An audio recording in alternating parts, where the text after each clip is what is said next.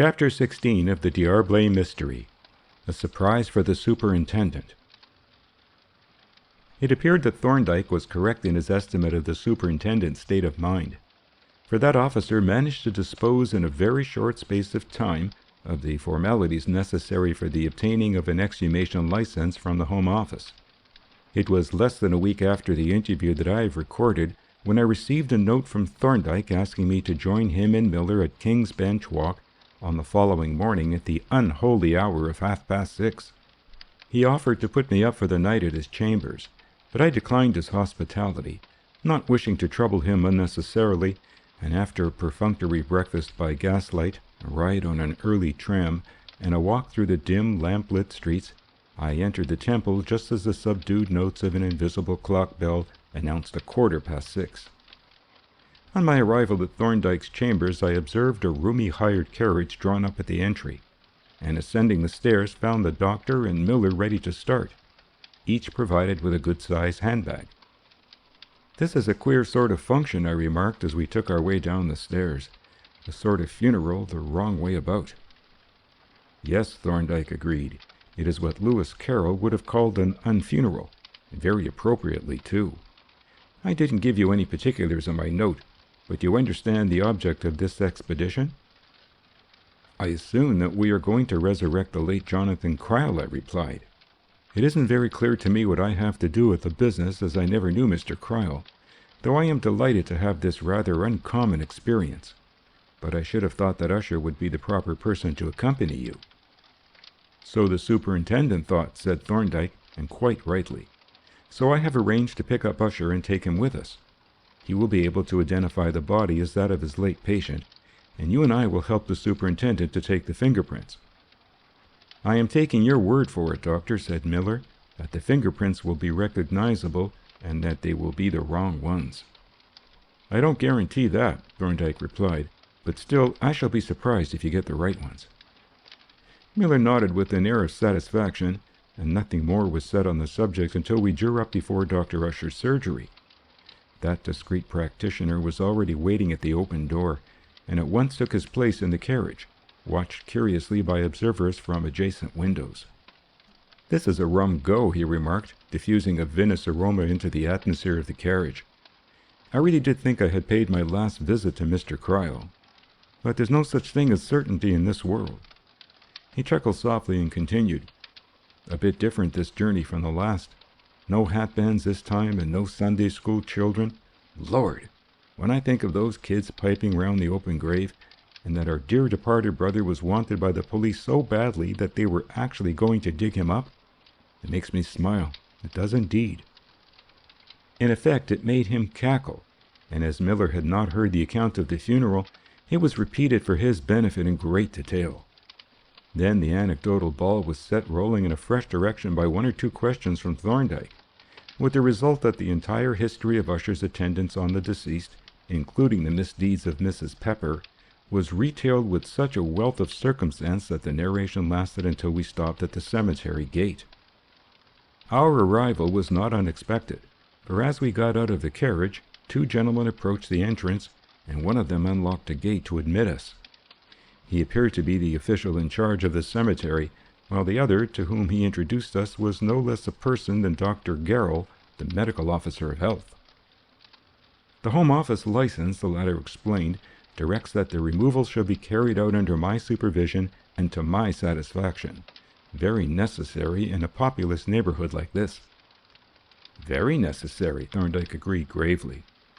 "I have provided a supply of fresh ground lime, according to the directions," Dr. Garrell continued, "and as further precaution, I have brought with me a large formalin spray. That, I think, should satisfy all sanitary requirements."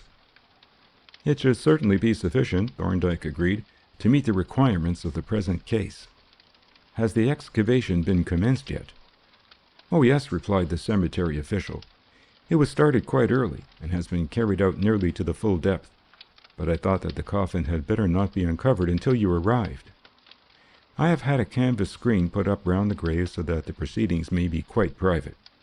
We can send the laborers outside before we unscrew the coffin lid. You said, Superintendent, that you were anxious to avoid any kind of publicity, and I have warned the men to say nothing to anyone about the affair."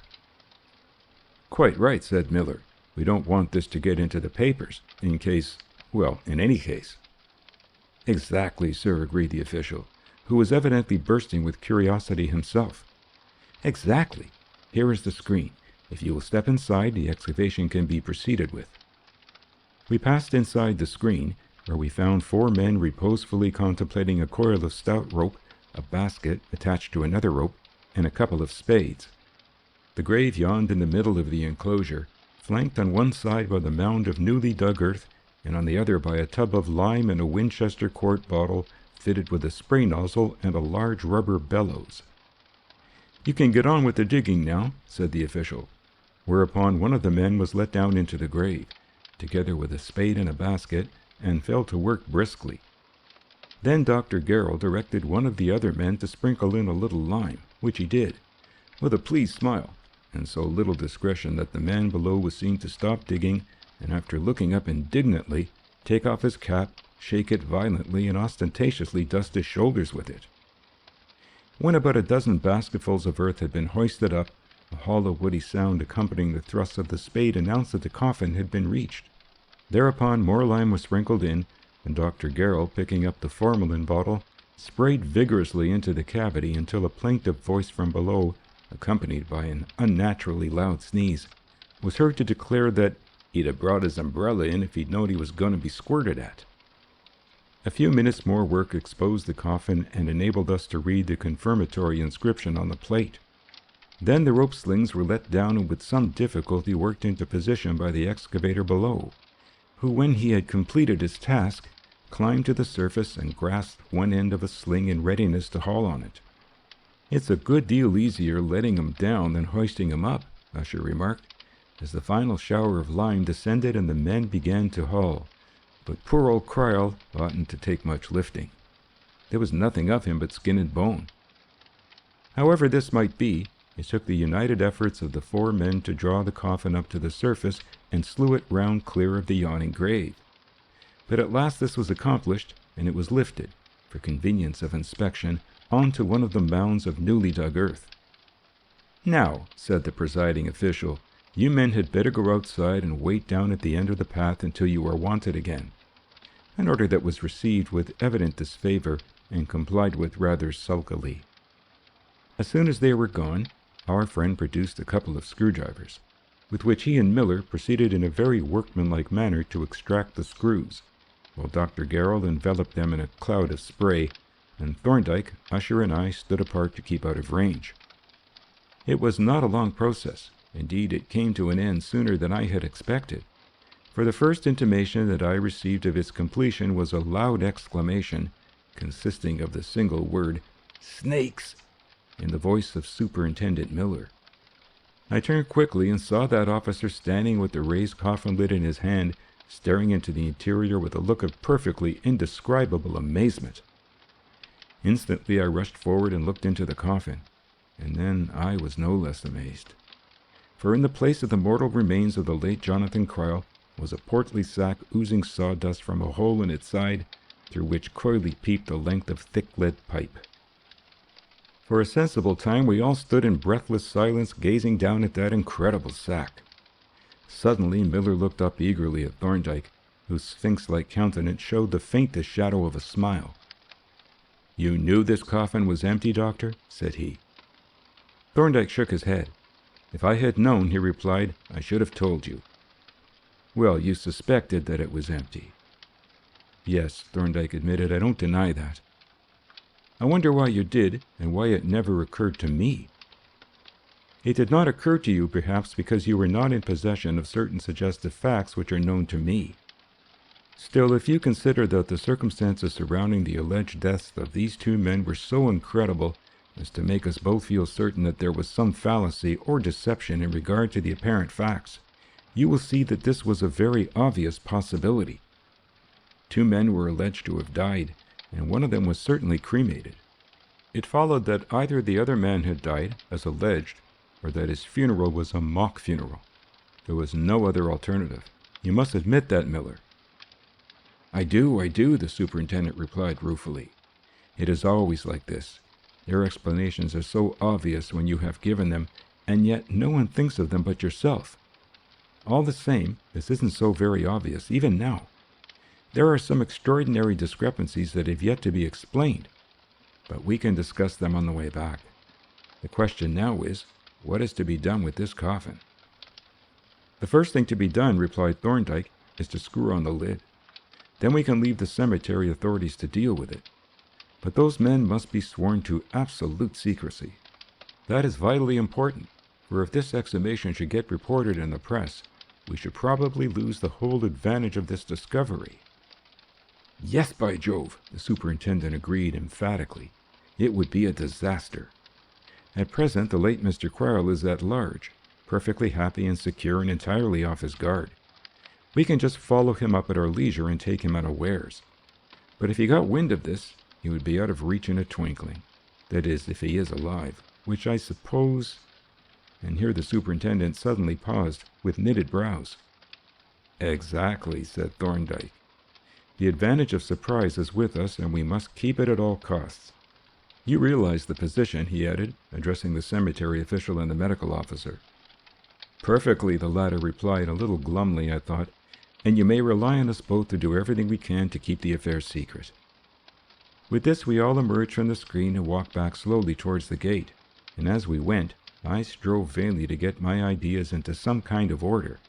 But the more I considered the astonishing event which had just happened, the more incomprehensible did it appear. And yet I saw plainly that it could not really be incomprehensible, since Thorndyke had actually arrived at its probability in advance. The glaring discrepancies and inconsistencies which chased one another through my mind could not be real. They must be susceptible of reconciliation with the observed facts. But by no effort was I able to reconcile them. Nor evidently was I alone the subject of these difficulties and bewilderments.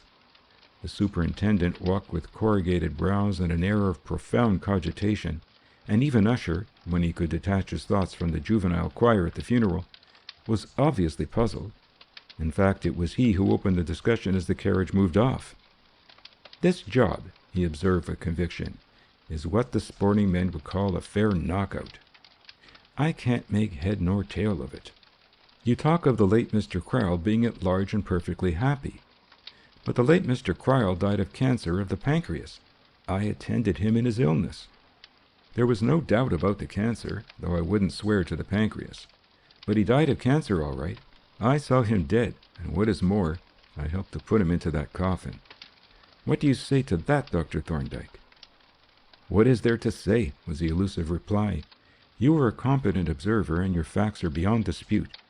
But inasmuch as Mr. Crowell was not in that coffin when we opened it, the unavoidable inference is that after you had put him in, somebody else must have taken him out.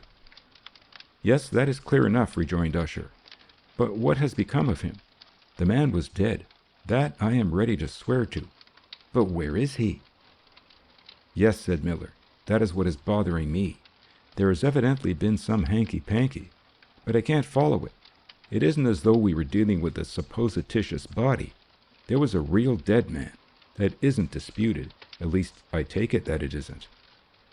It certainly is not disputed by me, said Thorndyke. Then what the deuce became of him? And why in the name of blazes was he taken out of the coffin?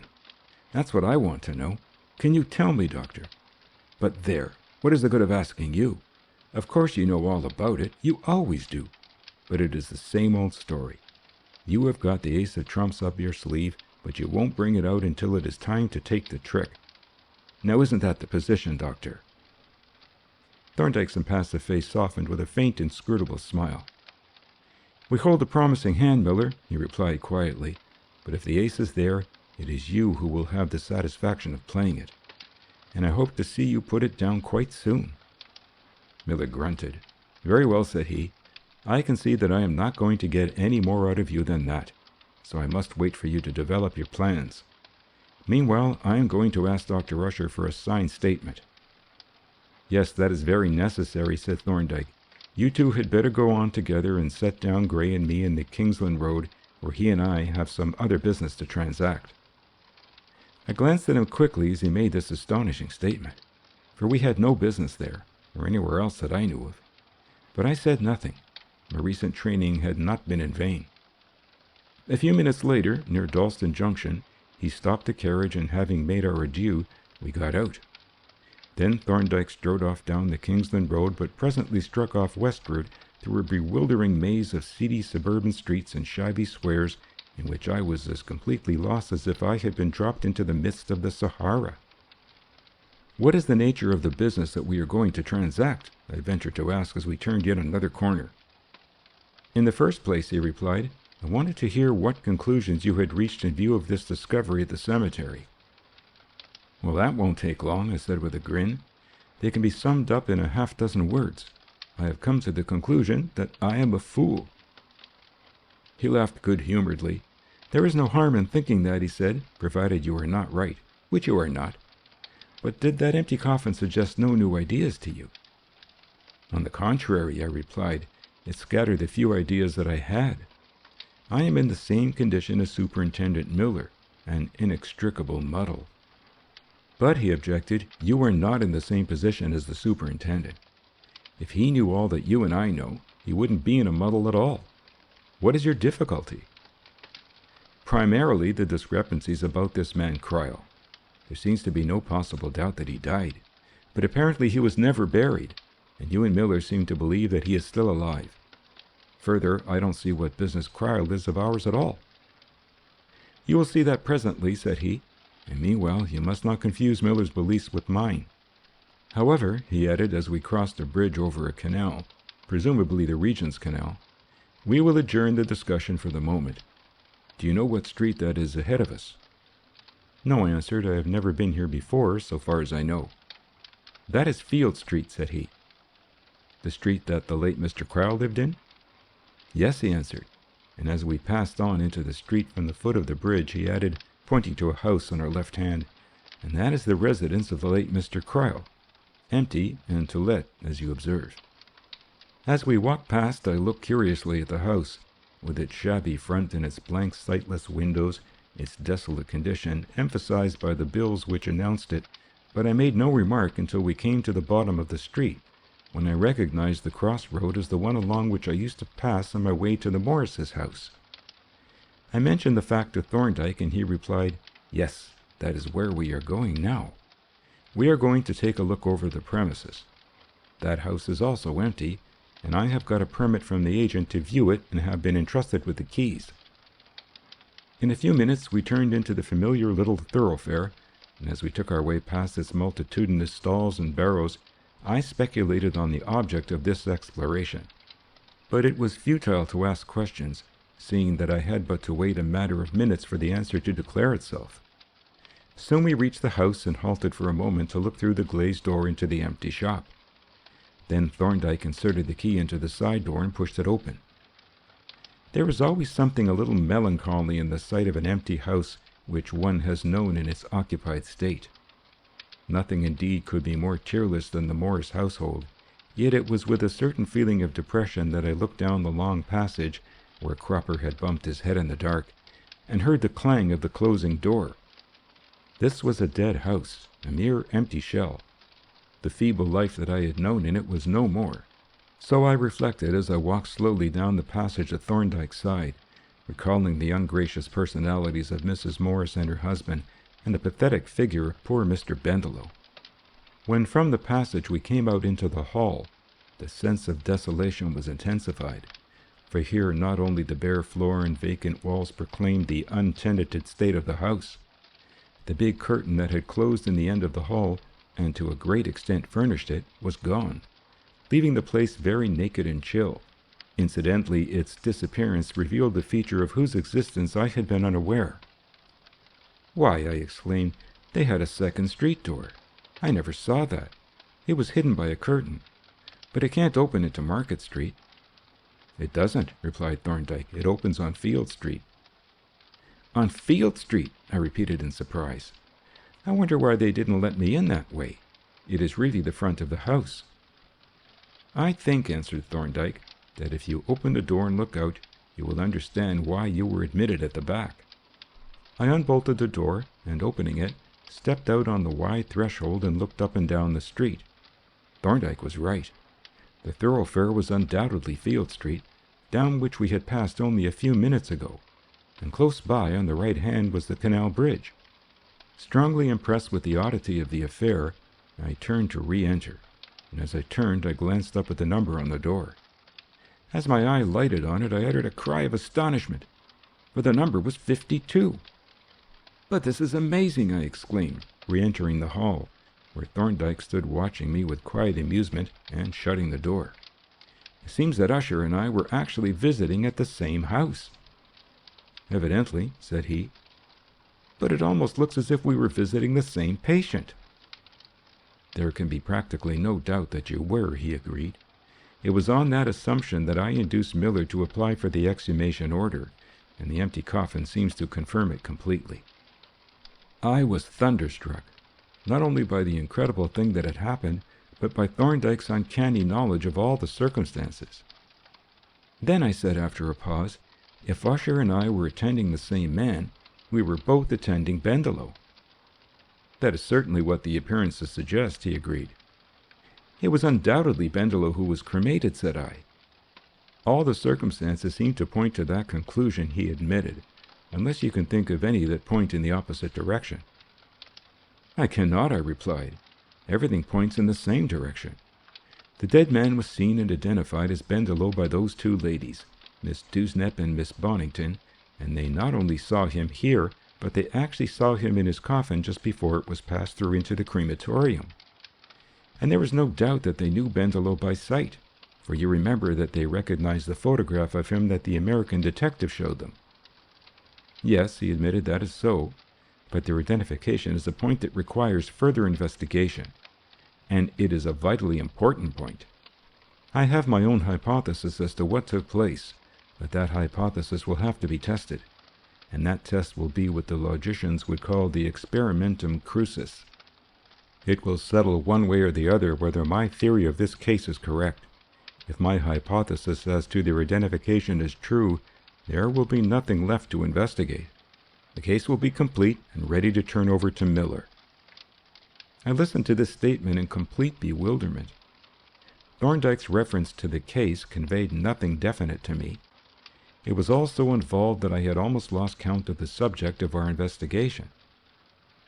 "When you speak of the case," said I, "what case are you referring to?" "My dear Gray," he protested, "do you not realize that we are trying to discover who murdered Julius D'Arblay?" "I thought you were," I answered, "but I can't connect this new mystery with his death in any way." "Never mind," said he. "When the case is complete, we will have a general elucidation. Meanwhile, there is something else that I have to show you before we go. It is through this side door."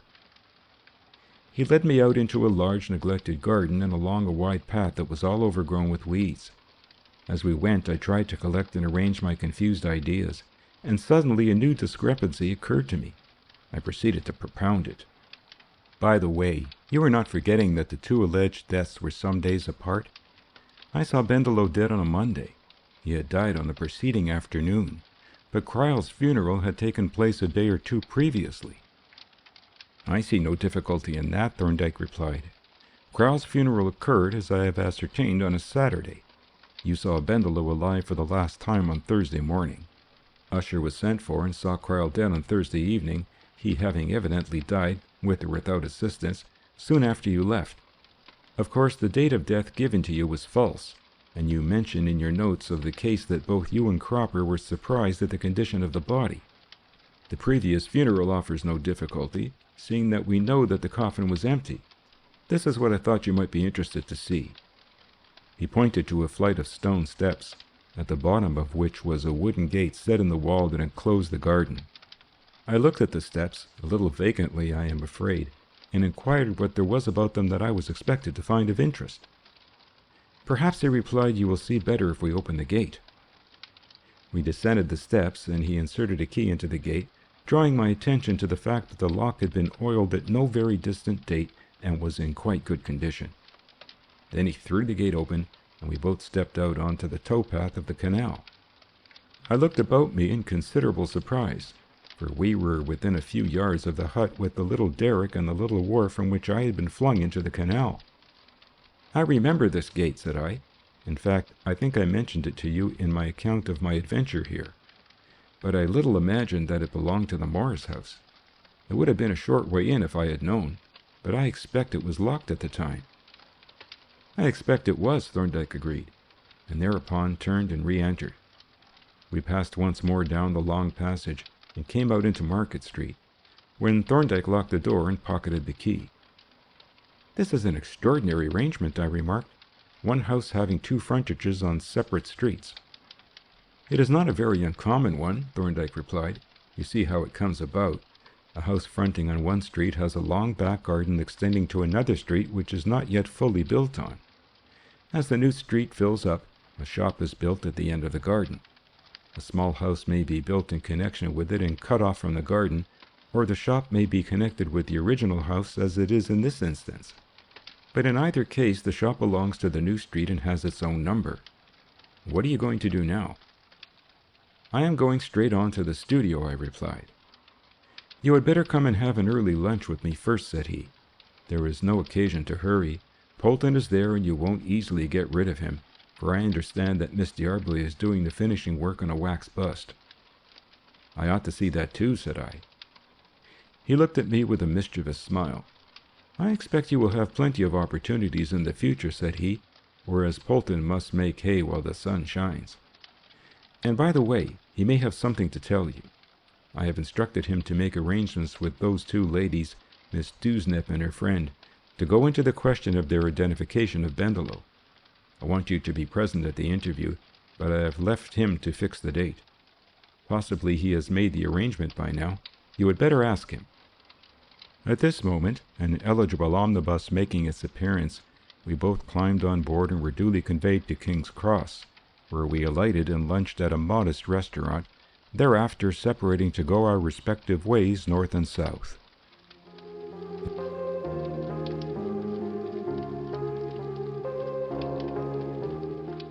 Chapter 17. A Chapter of Surprises. In answer to my knock, the studio door was opened by Polton, and as I met his eyes for a moment, I was conscious of something unusual in his appearance.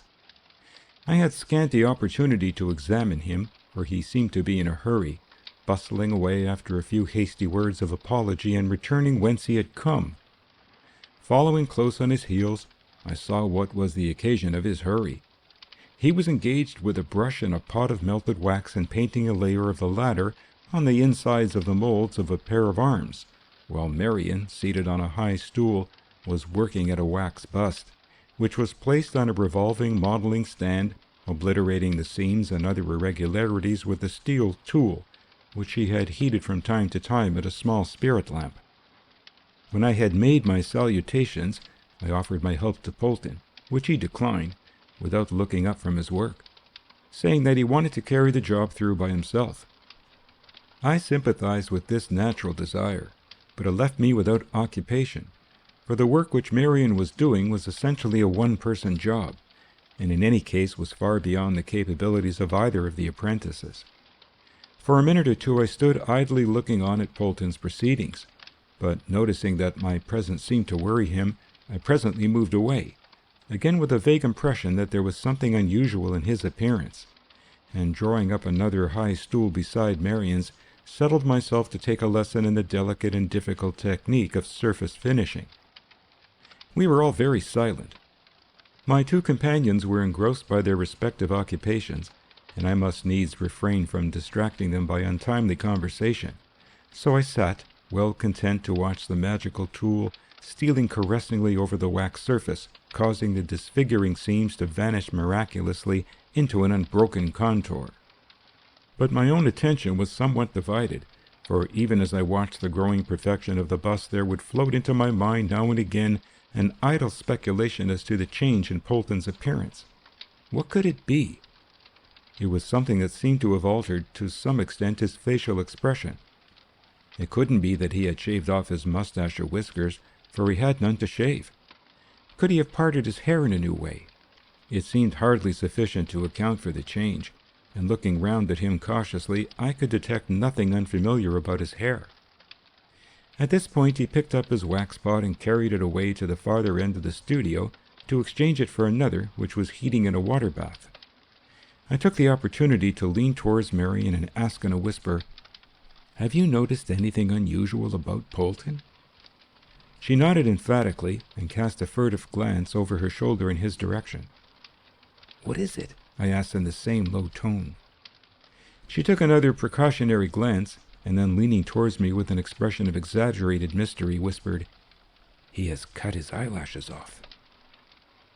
I gazed at her in amazement, and was about to put a further question, but she held up a warning forefinger and turned again to her work. However, my curiosity was now at boiling point. As soon as Polton returned to his bench, I slipped off my stool and sauntered over to it on the pretense of seeing how his wax cast was progressing. Marion's report was perfectly correct. His eyelids were as bare of lashes as those of a marble bust. And this was not all.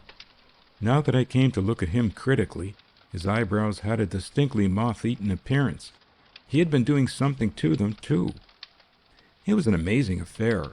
For one moment I was on the point of demanding an explanation, but good sense and good manners conquered the inquisitive impulse in time.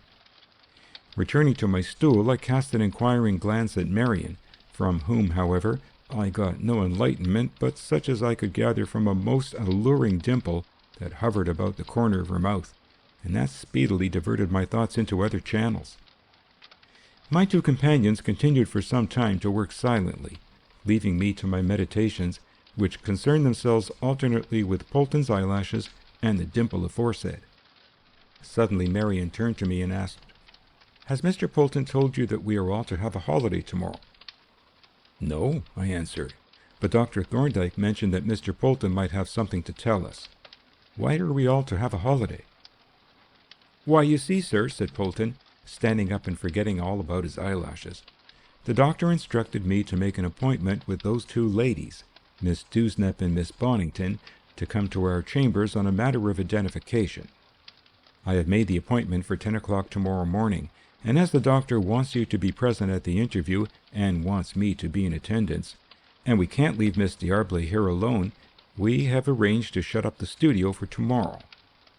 "Yes," said Marion, "and Arabella and I are going to spend the morning looking at the shops in Regent Street, and then we are coming to lunch with you and Dr. Thorndyke.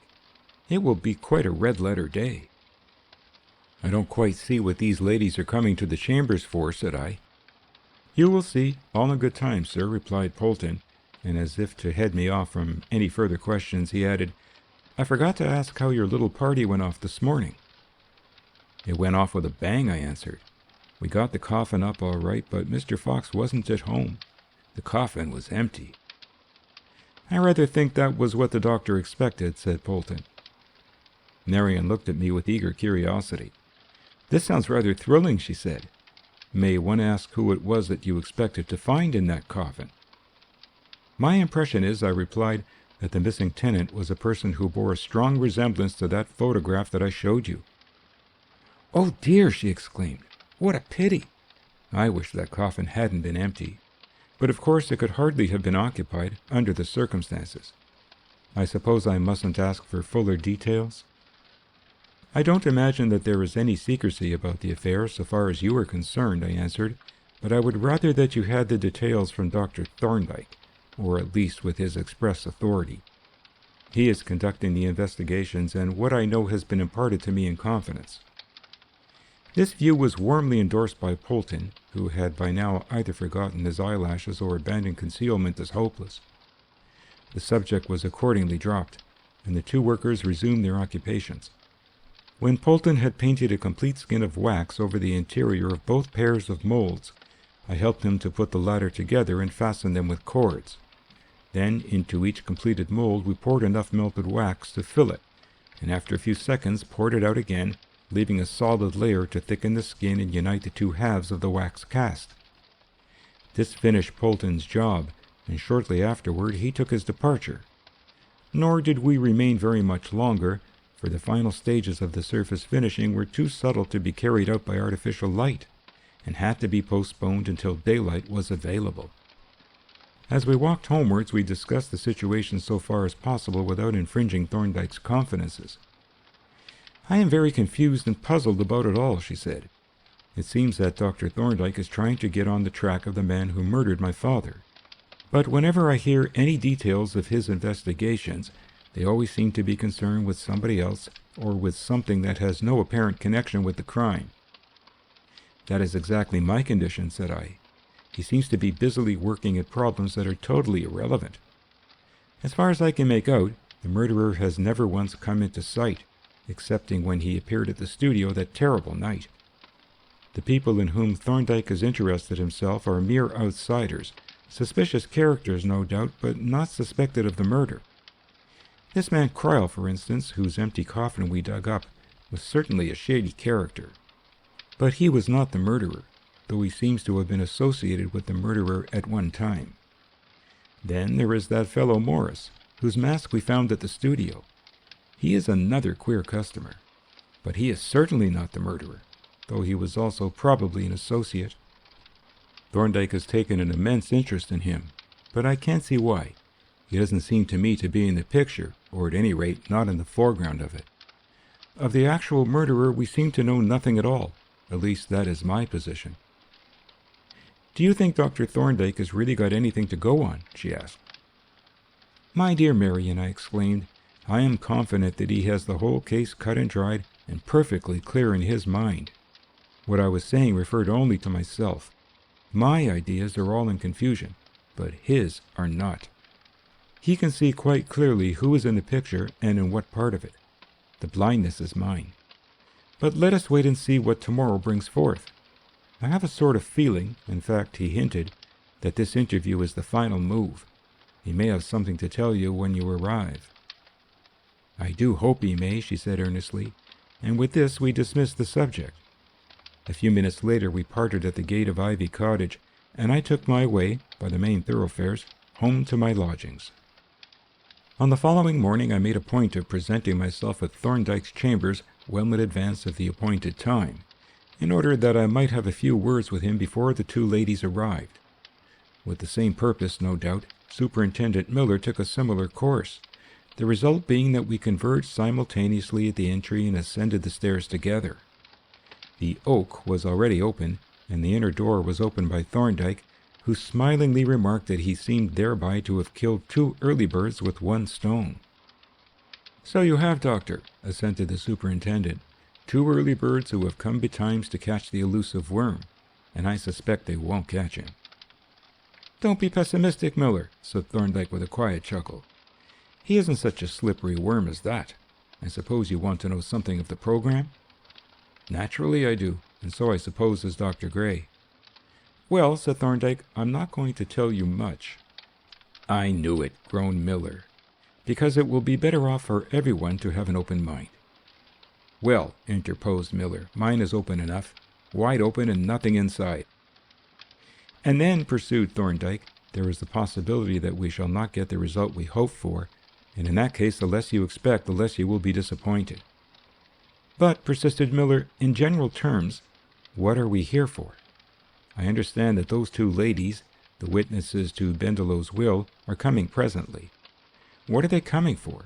Do you expect to get any information out of them?" "I have some hopes," he replied, "of learning something from them. In particular, I want to test them in respect to their identification of Bendelow." "Ah, then you have got a photograph of him?" Thorndyke shook his head. "No," he replied, "I have not been able to get a photograph of him." "Then you have an exact description of him?"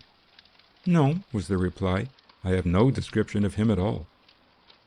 The superintendent banged his hat on the table. "Then what the deuce have you got, sir?" he demanded distractedly. "You must have something, you know, if you are going to test these witnesses on the question of identification.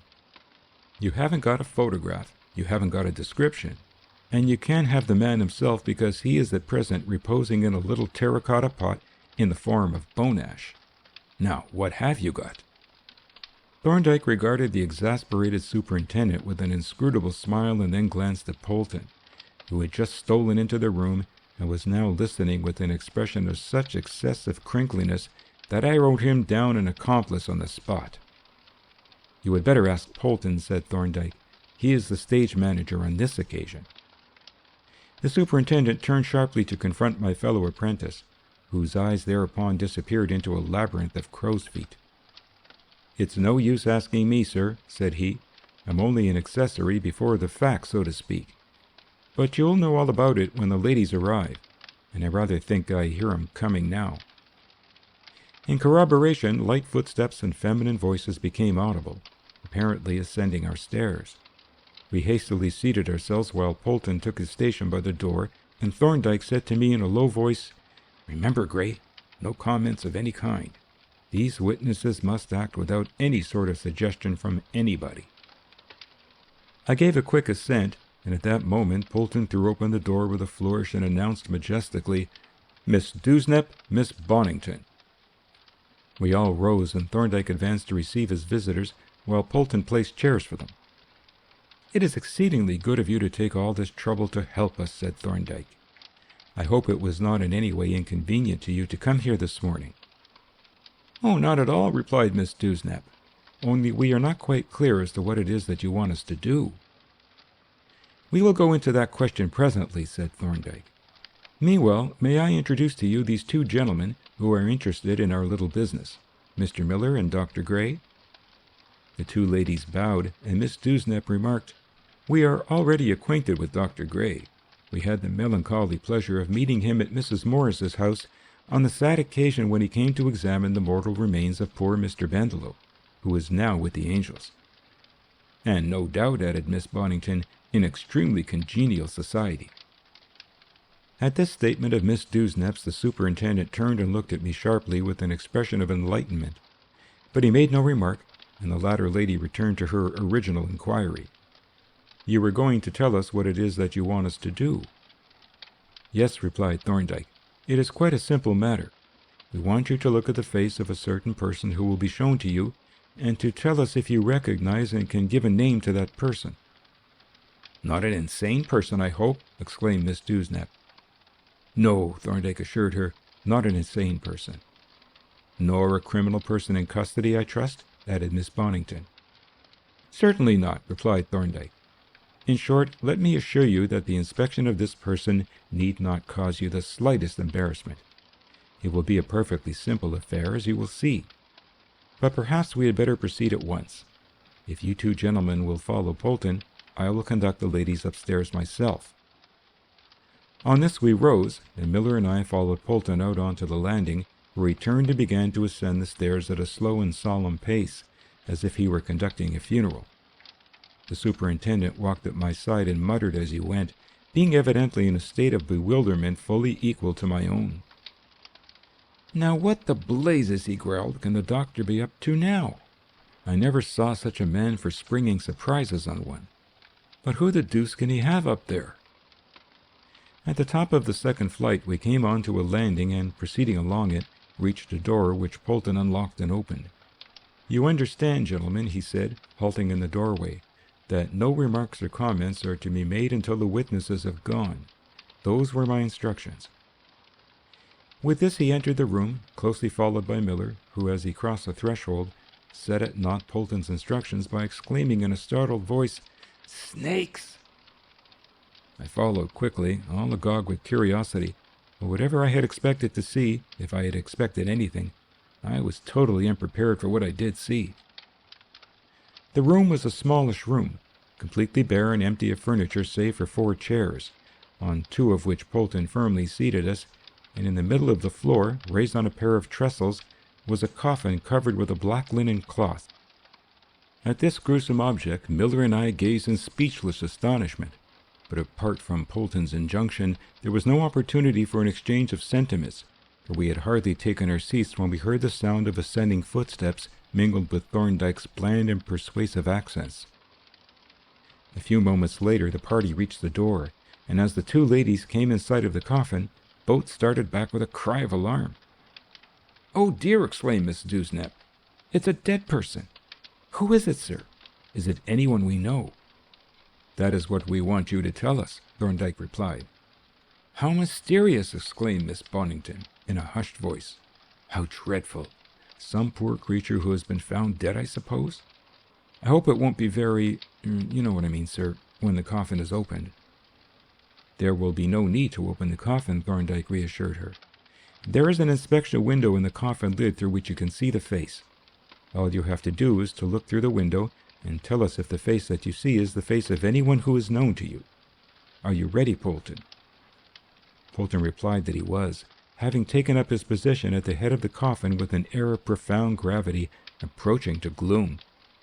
The two ladies shuddered audibly, but their nervousness being now overcome by devouring curiosity, they advanced, one on either side of the coffin, and taking up a position close to Polton, gazed eagerly at the covered coffin. There was a solemn pause as Polton carefully gathered up the two corners of the linen pall. Then, with a quick movement, he threw it back. The two witnesses simultaneously stooped and peered in at the window. Simultaneously their mouths opened, and they sprang back with a shriek. "Why, it's Mr. Bendelow!" "You are quite sure it is Mr. Bendelow?" Thorndyke asked. "Perfectly," replied Miss Dewsnap. "And yet," she continued with a mystified look, "it can't be, for I saw him pass through the bronze doors into the cremation furnace. I saw him with my own eyes," she added, somewhat unnecessarily. "And what's more, I saw his ashes in the casket." She gazed with wide-open eyes at Thorndyke, and then at her friend, and the two women tiptoed forward and once more stared in at the window with startling eyes and dropped chins. "It is Mr. Bendelow," said Miss Bonington, in an awe-stricken voice. "But it can't be," Miss Dewsnap protested in tremulous tones.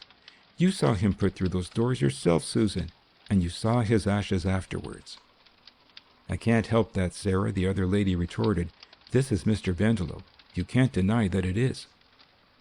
"Our eyes must be deceived," said Miss Dewsnap, the said eyes being still riveted on the face within the window. "It can't be, and yet it is. But yet it is impossible." She paused suddenly and raised a distinctly alarmed face to her friend. "Susan," she said in a low, rather shaky voice, "there is something here with which we, as Christian women, are better not concerned. Something against nature. The dead has been recalled from a burning fiery furnace by some means which we may not inquire into. It were better, Susan, that we should now depart from this place." This was evidently Susan's opinion too, for she assented with uncommon alacrity and with a distinctly uncomfortable air, and the pair moved with one accord towards the door. But Thorndyke gently detained them. "Do we understand," he asked, "that apart from the apparently impossible circumstances, the body in that coffin is, in your opinion, the body of the late Simon Bendelow?" "You do," Miss Dewsnap replied in a resentfully nervous tone, and regarding Thorndyke with a very evident alarm. "If it were possible that it could be, I would swear that those unnatural remains were those of my poor friend Mr. Bendelow. As it's not possible, it cannot be." "Thank you," said Thorndyke with the most extreme suavity of manner. "You have done us a great service by coming here today, and a great service to humanity. How great a service you will learn later. I am afraid it has been a disagreeable experience to both of you, for which I am sincerely sorry, but you must let me assure you that there is nothing unlawful or supernatural in what you have seen. Later, I hope you will be able to realize that. And now I trust that you will allow Mr. Polton to accompany you to the dining room and offer you a little refreshment." As neither of the ladies raised any objection to this program, we all took our leave of them, and they departed down the stairs escorted by Polton. When they had gone, Miller stepped across to the coffin and cast a curious glance in at the window. "So that is Mr. Bendelow," said he. "I don't think much of him, and I don't see how he is going to help us. But you have given those two old girls a rare shake-up, and I don't wonder. Of course, this can't be a dead body that you have got in this coffin, but it is a most lifelike representation of one, and it took in those poor old Judys properly. What have you got to tell us about this affair, Doctor? I can see that your scheme, whatever it was, has come off. They always do. But what about it? What has this experiment proved?" "It has turned a mere name into an actual person," was the reply. "Yes, I know," rejoined Miller. "Very interesting, too. Now we know exactly what he looks like. But what about it? And what is the next move?" "The next move on my part is to lay a sworn information against him as the murderer of Julius D'Arblay, which I will do now, if you will administer the oath and witness my signature." As he spoke, Thorndyke produced a paper from his pocket and laid it on the coffin. The superintendent looked at the paper with a surprised grin. "A little late, isn't it," he said, "to be swearing in information? Of course you can if you like, but when you've done it, what then?" "Then," replied Thorndyke, "it will be for you to arrest him and bring him to trial." At this reply, the superintendent's eyes opened until his face might have been a symbolic mask of astonishment. Grasping his hair with both hands, he rose slowly from his chair, staring at Thorndyke as if at some alarming apparition. "You'll be the death of me, doctor," he exclaimed. "You really will. I am not fit for these shocks at my time of life. What is it you ask me to do?" "I am to arrest this man." "What man?" "Here is a waxwork gentleman in a coffin. At least I suppose that is what he is. That might have come straight from Madame Tussaud's. Am I to arrest him? And there is a casket full of ashes somewhere. Am I to arrest those? Or am I off my head or dreaming?" Thorndyke smiled at him indulgently. "Now, Miller," said he, "don't pretend to be foolish, because you are not. The man whom you are to arrest is a live man, and what is more, he is easily accessible whenever you choose to lay your hands on him. Do you know where to find him?" "Yes," Thorndyke replied. "I myself will conduct you to his house, which is in Abbey Road, Hornsey, nearly opposite Miss D'Arblay's studio." I gave a gasp of amazement on hearing this, which directed the superintendent's attention to me. "Very well, doctor," he said. "I will take your information, but you needn't swear to it. Just sign your name. I must be off now, but I will look in tonight about 9, if that will do, to get the necessary particulars and settle the arrangements with you. Probably tomorrow afternoon will be a good time to make the arrest. What do you think?" "I should think it would be an excellent time," Thorndyke replied, "but we can settle definitely tonight." With this, the superintendent, having taken the signed paper from Thorndyke, shook both our hands and bustled away with the traces of his late surprise still visible on his countenance. The recognition of the tenant of the coffin as Simon Bendelow had come on me with almost as great a shock as it had on the two witnesses, but for a different reason. My late experiences enabled me to guess at once that the mysterious tenant was a waxwork figure, presumably of Polton's creation. But what I found utterly inexplicable was that such a waxwork should have been produced in the likeness of a man whom neither Polton nor Thorndyke had ever seen. The astonishing conversation between the latter and Miller had for the moment driven this mystery out of my mind, but as soon as the superintendent had gone, I stepped over to the coffin and looked in at the window. And then I was more amazed than ever, for the face that I saw was not the face that I had expected to see. There, it is true, was the old familiar skull cap, which Bendelow had worn, pulled down over the temples above the jaw bandage.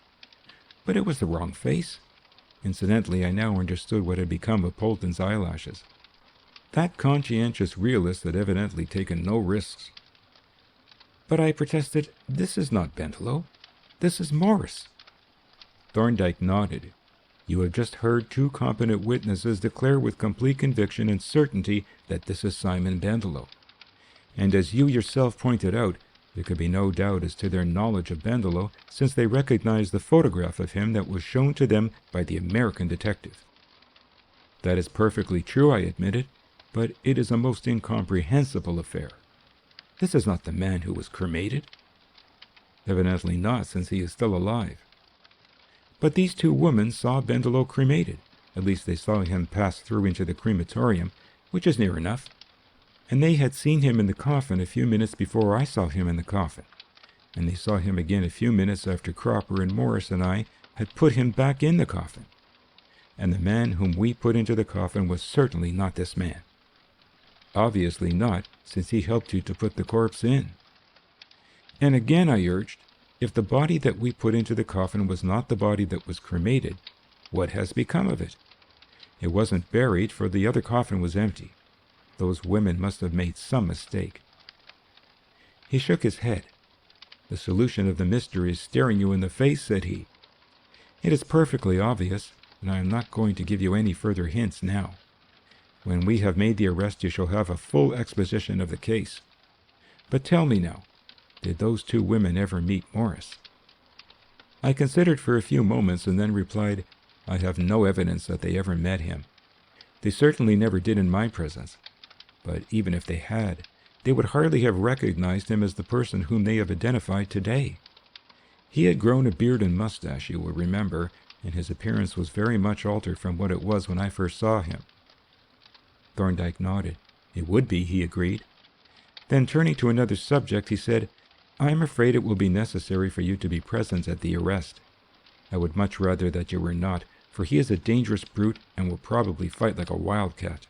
But you are the only one of us who really knows him by sight in his present state. I should like to be in at the death, I said eagerly. That is well enough, said he, so long as it is his death. You must bring your pistol, and don't be afraid to use it. And how shall I know when I am wanted? I asked. You had better go to the studio tomorrow morning, he replied. I will send a note by Polton giving you particulars of the time when we shall call for you. And now we may as well help Polton to prepare for our other visitors, and I think, Gray, we will say as little as possible about this morning's proceedings or those of tomorrow. Explanations will come better after the event. With this, we went down to the dining room, where we found Polton sedately laying the table, having just got rid of the two ladies. We made a show of assisting him, and I ventured to inquire, Who is doing the cooking today, Polton? Or is it to be a cold lunch? He looked at me almost reproachfully as he replied, It is to be a hot lunch, and I am doing the cooking, of course. But, I protested, you have been up to your eyes in other affairs all morning. He regarded me with a patronizing crinkle. You can do a good deal, said he, with 1 or 2 casseroles, a hay box, and a 4-story cooker on a gas stove. Things don't cook any better for your standing and staring at them. Events went to prove the soundness of Polton's culinary principles, and the brilliant success of their application in practice gave a direction to the conversation which led it comfortably away from other and less discussable topics.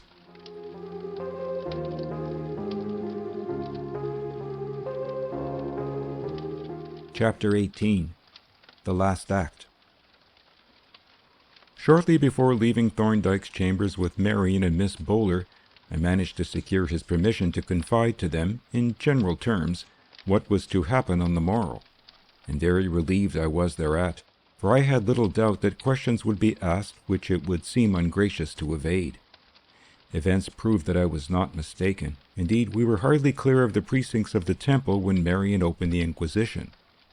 You said yesterday, she began, that Dr. Thorndyke might have something to tell us today, and I hoped that he might. I even tried to pluck up courage to ask him, but then I was afraid that it might seem intrusive. He isn't the sort of man that you can take liberties with. So I suppose that whatever it was that happened this morning is a dead secret? Not entirely, I replied. I mustn't go into details at present, but I am allowed to give you the most important item of information. There is going to be an arrest tomorrow.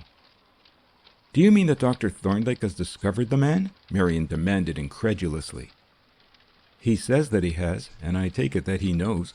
What is more, he offered to conduct the police to the house. He has actually given them the address. I would give them all that I possess, exclaimed Miss Bowler, to be there and see the villain taken. Well, I said, you won't be far away, for the man lives in Abbey Road, nearly opposite the studio. Marion stopped and looked at me aghast. What a horrible thing to think of, she gasped. Oh, I am glad I didn't know. I could never have gone to the studio if I had. But now we can understand how he managed to find his way to the place that foggy night, and to escape so easily. Oh, but it is not that man, I interposed, with a sudden sense of hopeless bewilderment. For I had forgotten this absolute discrepancy when I was talking to Thorndyke about the identification. Not that man, she repeated, gazing at me in wild astonishment. But that man was my father's murderer. I feel certain of it. So do I, was my rather lame rejoinder. Besides, she persisted, if he was not the murderer, who was he, and why should he want to kill me? Exactly, I agreed. It seems conclusive, but apparently it isn't. At any rate, the man they are going to arrest is the man whose mask Thorndyke found at the studio. Then they are going to arrest the wrong man, said she, looking at me with a deeply troubled face. I was uncomfortable too, for I saw what was in her mind. The memory of the ruffian who had made that murderous attack on her still lingered in her mind as a thing of horror. The thought that he was still at large and might at any moment reappear made it impossible for her ever to work alone in the studio, or even to walk abroad without protection. She had looked, as I had, to the discovery of the murderer to rid her of this abiding menace.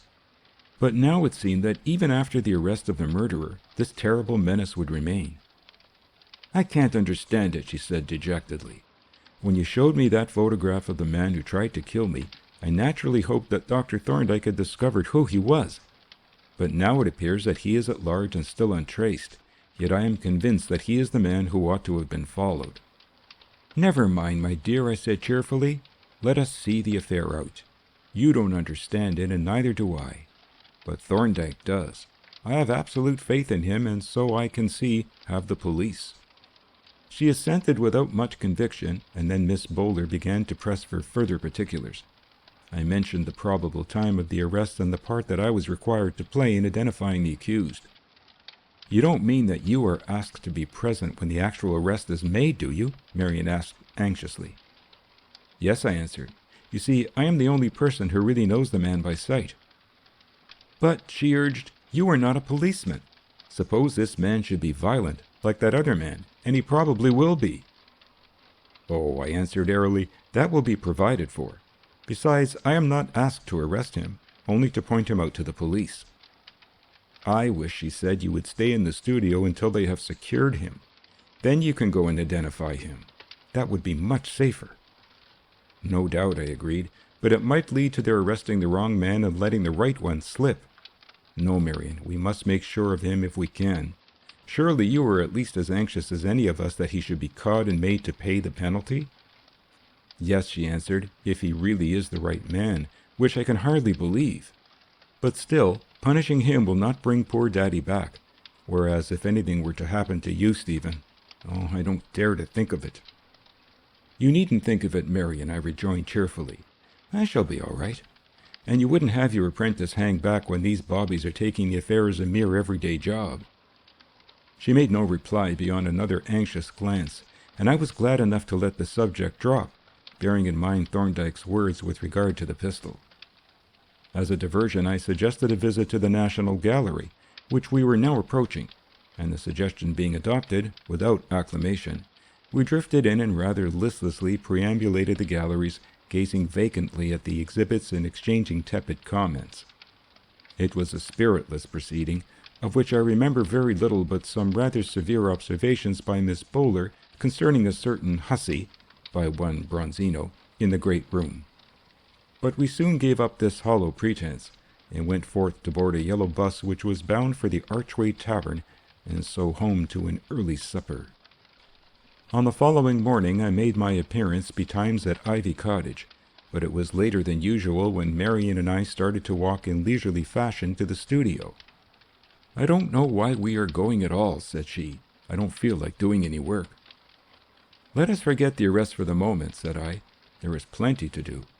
Those arms of Polton's have got to be taken out of the molds and worked. It will be much better to keep ourselves occupied." "I suppose it will," she agreed, and then as we turned a corner and came in sight of the studio, she exclaimed, "Why, what on earth is this? There are some painters at work on the studio. I wonder who sent them. I haven't given any orders. There must be some extraordinary mistake." There was not, however. As we came up, one of the two linen-coated operators advanced, brush in hand, to meet us, and briefly explained that he and his mate had been instructed by Superintendent Miller to wash down the paintwork and keep an eye on the premises opposite. They were, in fact, plainclothes men on special duty. "We have been here since 7 o'clock, our friend informed us, as we made a pretense of examining the window sashes, and we took over from a man who had been watching the house all night. My nabs is there all right. He came home early yesterday evening, and he hasn't come out since." "Then you know the man by sight?" Marian asked eagerly. "Well, miss," was the reply, "we have a description of him, and the man who went into the house seemed to agree with it. And as far as we know, there isn't any other man living there. But I understand that we are relying on Dr. Gray to establish the identity. Could I have a look at the inside woodwork?" Marian unlocked the door and we entered, followed by the detective, whose interest seemed to be concerned exclusively with the woodwork of windows, and from windows in general finally became concentrated on a small window in the lobby which commanded a view of the houses opposite. Having examined the sashes of this, with his eye cocked on one of the houses aforesaid, he proceeded to operate on it with his brush, which, being wet and dirty and used with a singular lack of care, soon covered the glass so completely with a mask of opaque smears that it was impossible to see through it at all. Then he cautiously raised the sash about an inch, and whipping out a prism binocular from under his apron, stood back a couple of feet and took a leisurely survey through the narrow opening of one of the opposite houses. "Hello," said he. "There is a woman visible at the first-floor window. Just have a look at her, sir. She can't see us through this narrow crack." He handed me the glass, indicating the house, and I put the instrument to my eyes. It was a powerful glass, and seemed to bring the window and the figure of the woman within a dozen feet of me. But at the moment she had turned her head away, apparently to speak to someone inside the room, and all that I could see was that she seemed to be an elderly woman who wore what looked like an old-fashioned widow's cap. Suddenly she turned and looked out over the half-curtain, giving me a perfectly clear view of her face, and then I felt myself lapsing into the old sense of confusion and bewilderment. I had, of course, expected to recognize Mrs. Morris, but this was evidently not she, although not such a very different-looking woman. An elderly white-haired widow in a crape cap and spectacles, reading spectacles they must be, since she was looking over and not through them. She seemed to be a stranger, and not yet quite a stranger, for as I looked at her some chord of memory stirred. But the cup of my confusion was not yet full. As I stared at her, trying vainly to sound a clearer note on that chord of memory, a man slowly emerged from the darkness of the room behind and stood beside her, and him I recognized instantly as the bottle-nosed person whom I had watched from my ambush at the top of Dartmouth Park Hill. "Well, sir," said the detective, as the man and woman turned away from the window and vanished, "what do you make of 'em? Do you recognize 'em?" "I recognize the man," I replied, "and I believe I have seen the woman before, but they aren't the people I expected to see." "Oh dear," said he, "that's a bad lookout, because I don't think there is anybody else there." Then I said, "We have made a false shot, and yet, well, I don't know. I had better think this over and see if I can make anything of it." I turned into the studio, where I found Marian, who had been listening attentively to this dialogue, in markedly better spirits. "It seems a regular muddle," she remarked cheerfully. "They have come to arrest the wrong man, and now it appears that he isn't there." "Don't talk to me for a few minutes, Marian dear," said I. "There is something behind this, and I want to think what it can be. I have seen that woman somewhere, I feel certain. Now, where was it?" I cudgelled my brains for some time without succeeding in recovering the recollections connected with her. I re-visualized the face that I had seen through the glass, with its deep-set, hollow eyes and strong, sharply sloping eyebrows, and tried to connect it with some person whom I had seen, but in vain. And then in a flash it came to me. She was the widow whom I had noticed at the inquest.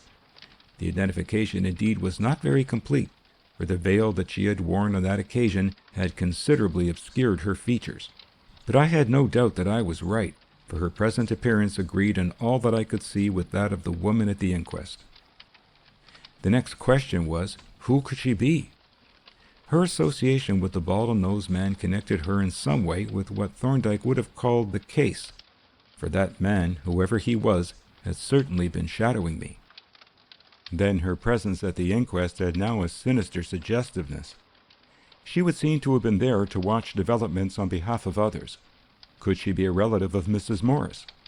A certain faint resemblance seemed to support this idea. As to the man, I gave him up. Evidently there were several persons concerned in this crime, but I knew too little about the circumstances to be able to make even a profitable guess. Having reached this unsatisfactory conclusion, I turned, a little irritably, to Marian, exclaiming, "I can make nothing of it. Let us get on with some work to pass the time." Accordingly, we began, in a half-hearted way, upon Polton's 2 molds. But the presence of the 2 detectives was disturbing, especially when, having finished the exterior, they brought their pails and ladders inside and took up their station at the lobby window. We struggled on for a time, but when about noon Miss Boulder made her appearance with a basket of provisions and a couple of bottles of wine, We abandoned the attempt and occupied ourselves in tidying up and laying a table.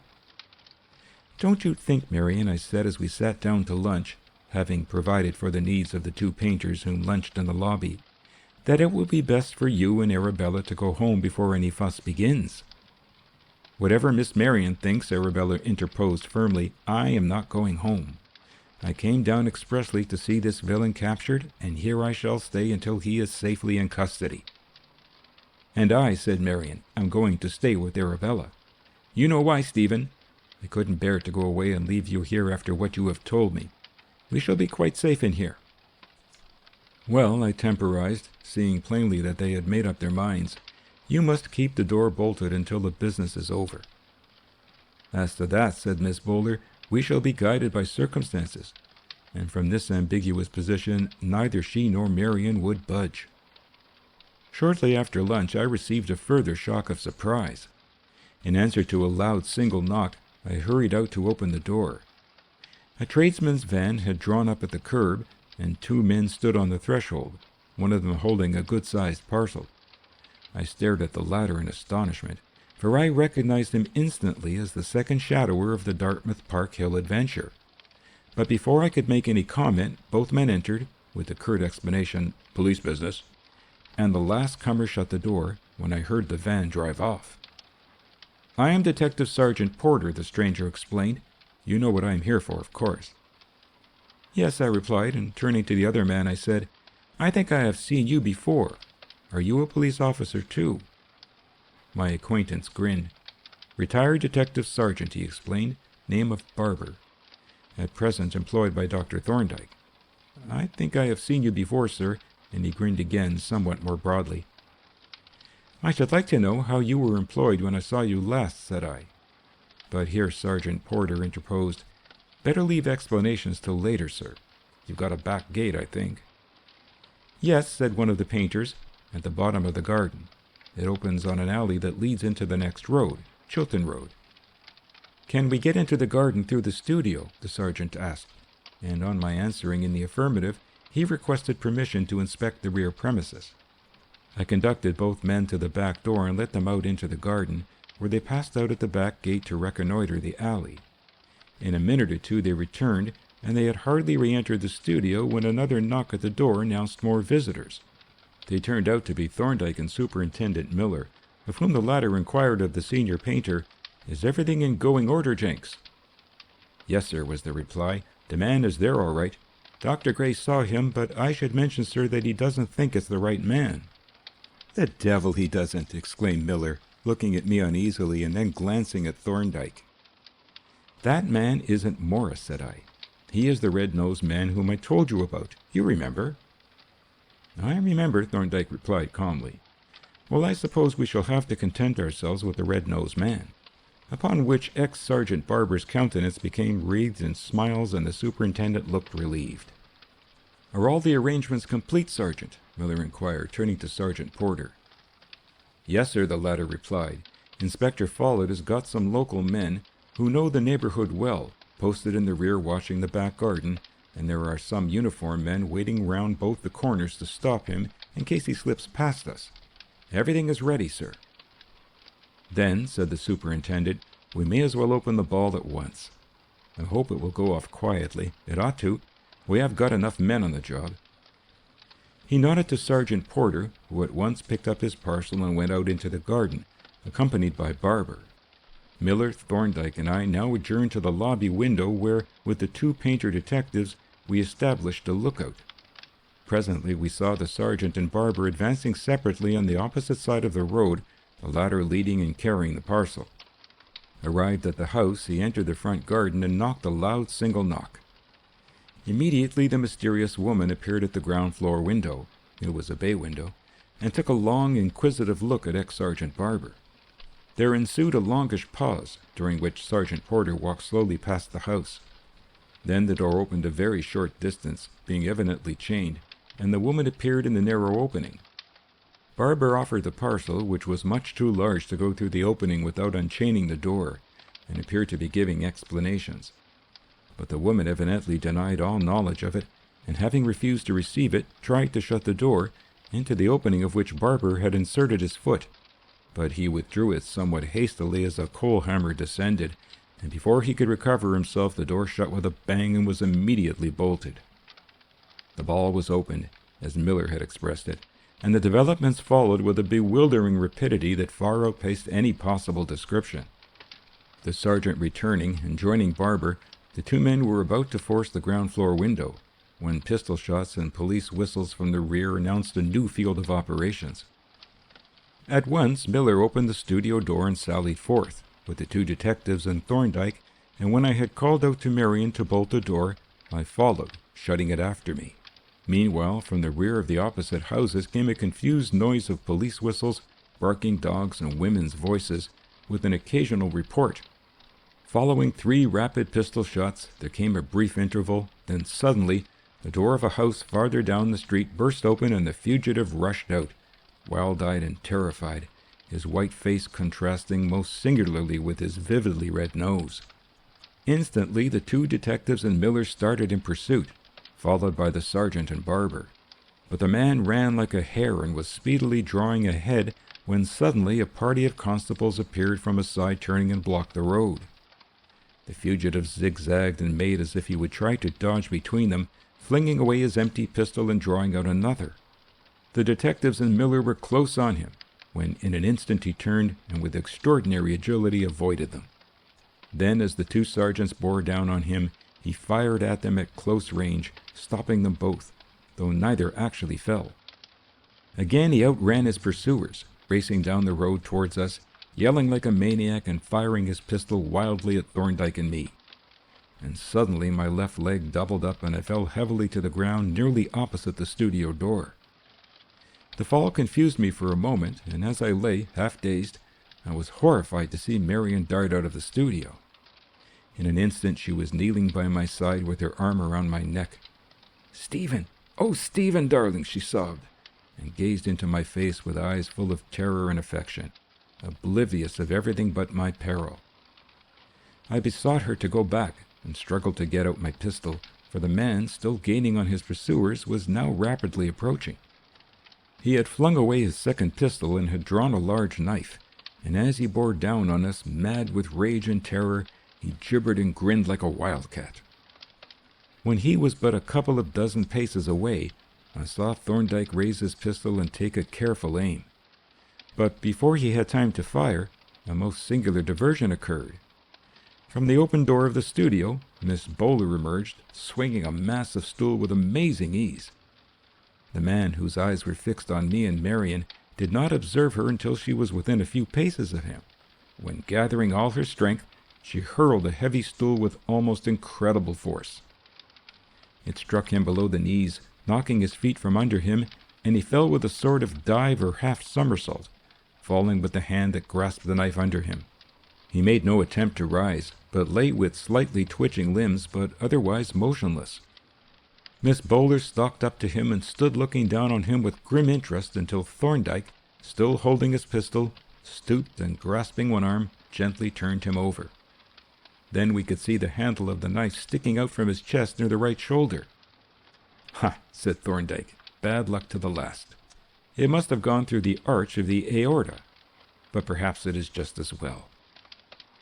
He rose and, stepping across to where I sat, supported by Marion and still nursing my pistol, bent over me with an anxious face. "What is it, Gray?" he asked. "Not a fracture, I hope?" "I don't think so," I replied. "Damaged muscle and perhaps nerve. It is all numb at present, but it doesn't seem to be bleeding much. I think I could hobble if you would help me up." He shook his head and beckoned to a couple of constables, with whose aid he carried me into the studio and deposited me on a sofa. Immediately afterwards the 2 wounded officers were brought in, and I was relieved to hear that neither of them was dangerously hurt, though the sergeant had a fractured arm and Barber a flesh wound of the chest and a cracked rib. The ladies having been politely ejected into the garden, Thorndyke examined the various injuries and applied temporary dressings, producing the materials from a very business-like-looking bag which he had providently brought with him. While he was thus engaged, 3 constables entered carrying the corpse, which, with a few words of apology, they deposited on the floor by the side of the sofa. I looked down at the ill-omened figure with lively curiosity, and especially was I impressed and puzzled by the very singular appearance of the face. Its general color was of that waxen pallor characteristic of the faces of the dead, particularly of those who have died from hemorrhage. But the nose and the acne patches remained unchanged. Indeed, their color seemed intensified, for their vivid red stared from the surrounding white like the painted patches on a clown's face. The mystery was solved when, the surgical business being concluded, Barber came and seated himself on the edge of the sofa. "Masterly make-up, that," said he, nodding at the corpse. "Looks queer enough now, but when he was alive you couldn't spot it, even in daylight." "Make-up!" I exclaimed. "I didn't know you could make up off the stage." "You can't wear a celluloid nose off the stage or a tie-on beard," he replied. "But when it is done as well as this, a touch or two of nose paste or toupee paste, tinted carefully with grease paint and finished up with powder, is hard to spot. These experts in make-up are a holy terror to the police." "Did you know that he was made up?" I asked, looking at Thorndyke. "I inferred that he was," the latter replied, "and so did Sergeant Barber. But now we had better see what his natural appearance is." He stooped over the corpse, and with a small ivory paper knife, scraped from the end of the nose and the parts adjacent a layer of colored plastic material about the consistency of modeling wax. Then, with Vaseline and cotton wool, he cleaned away the red pigment until the pallid skin showed unsullied. "Why, it is Morse after all!" I exclaimed. "It is perfectly incredible. And you seem to remove such a very small quantity of paste, too. I wouldn't have believed that it would make such a change." "Not after that very instructive demonstration that Miss D'Arblay gave us with the clay and the plaster mask?" he asked with a smile. I smiled sheepishly in return. "I told you I was a fool, sir." And then, as a new idea burst upon me, I asked, "And that other man, the hook-nosed man?" "Morris, that is to say Bendelow," he replied, with a different, more exaggerated make-up. I was pondering with profound relief on this answer when one of the painter detectives entered in search of the superintendent. "We got into the house from the back, sir," he reported. "The woman is dead. We found her lying on the bed in the first floor front, and we found a tumbler half full of water and this by the bedside." He exhibited a small, wide-mouthed bottle labeled potassium cyanide, which the superintendent took from him. "I will come and look over the house presently," the latter said. "Don't let anybody in, and let me know when the cabs are here." "There are 2 here now, sir," the detective announced, "and they have sent down 3 wheeled stretchers. One cab will carry our 2 casualties, and I expect the doctor will want the other. The bodies can be put on 2 of the stretchers, but you had better send the woman here for Dr. Gray to see." The detective saluted and retired, and in a few minutes a stretcher dismounted from his carriage was borne in by 2 constables and placed on the floor beside Morris's corpse.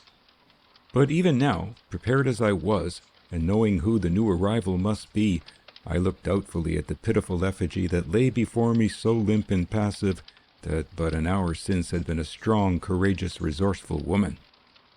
Not until the white wig, the cap, and the spectacles had been removed, the heavy eyebrows detached with spirit, and the dark pigment cleaned away from the eyelids, could I say with certainty that this was the corpse of Mrs. Morris. "Well, doctor," said the superintendent, when the wounded and the dead had been borne away and we were alone in the studio, "you have done your part to a finish, as usual, but ours is a bit of a failure. I should have liked to bring that fellow to trial." "I sympathize with you," replied Thorndyke. "The gallows ought to have had him. But yet I am not sure that what has happened is not all for the best.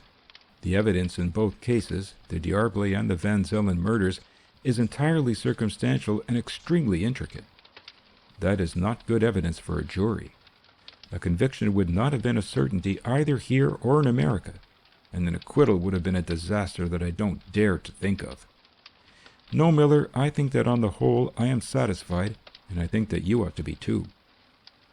"I suppose I ought," Miller conceded, "but it would have been a triumph to put him in the dock, after he had been written off as dead and cremated. However, we must take things as we find them, and now I had better go and look over that house." With a friendly nod to me, he took himself off, and Thorndyke went off to notify the ladies that the intruders had departed. As he returned with them, I heard Marion cross-examining him with regard to my injuries and listened anxiously for his report. "So far as I can see, Miss D'Arblay," he answered, "the damage is confined to one or two muscles. If so, there will be no permanent disablement, and he should soon be quite well again. But he will want proper surgical treatment without delay. I propose to take him straight to our hospital if he agrees." "Miss Bowler and I were hoping," said Marion, "that we might have the privilege of nursing him at our house." "That is very good of you," said Thorndyke, "and perhaps you might look after him during his convalescence. But for the present he needs skilled surgical treatment. If it should not be necessary for him to stay in the hospital after the wound has been attended to, it would be best for him to occupy one of the spare bedrooms at my chambers, where he can be seen daily by the surgeon, and I can keep an eye on him. Come," he added coaxingly, "let us make a compromise. You or Miss Bowler shall come to the temple every day for as long as you please, and do what nursing is necessary. There is a spare room, of which you can take possession, and as to your work here, Polton will give you any help that he can. How will that do?" Marion accepted the offer gratefully, with my concurrence, but begged to be allowed to accompany me to the hospital. "That was what I was going to suggest," said Thorndyke. "The cab will hold the four of us, and the sooner we start the better." Our preparations were very soon made. Then the door was opened. I was assisted out through a lane of hungry-eyed spectators, held at bay by two constables, and deposited in the cab. And when the studio had been locked up, we drove off, leaving the neighborhood to settle down to its normal condition.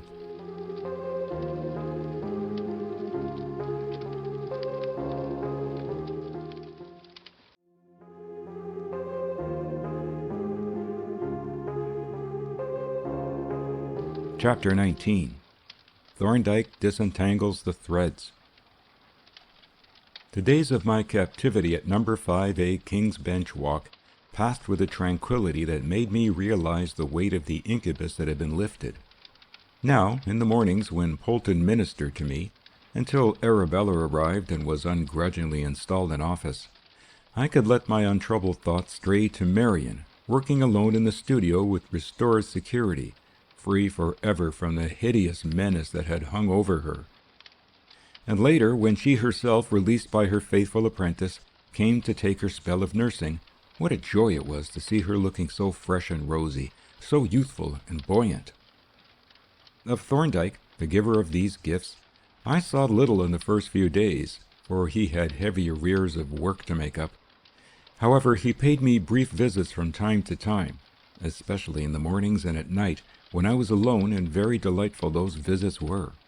For he had now dropped the investigator, and there had come into his manner something new, something fatherly or elder brotherly, and he managed to convey to me that my presence in his chambers was a source of pleasure to him, a refinement of hospitality that filled up the cup of my gratitude to him.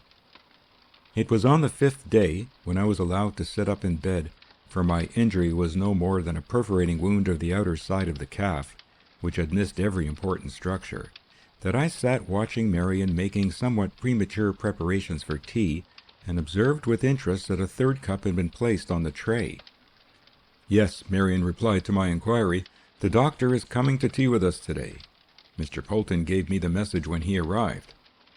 She gave a few further touches to the tea set and continued, "How sweet Dr. Thorndyke has been to us, Stephen. He treats me as if I were his daughter, and however busy he is, he always walks with me to the temple gate and puts me into a cab. I am infinitely grateful to him, almost as grateful as I am to you." "I don't see what you have got to be grateful to me for," I remarked. "Don't you?" said she.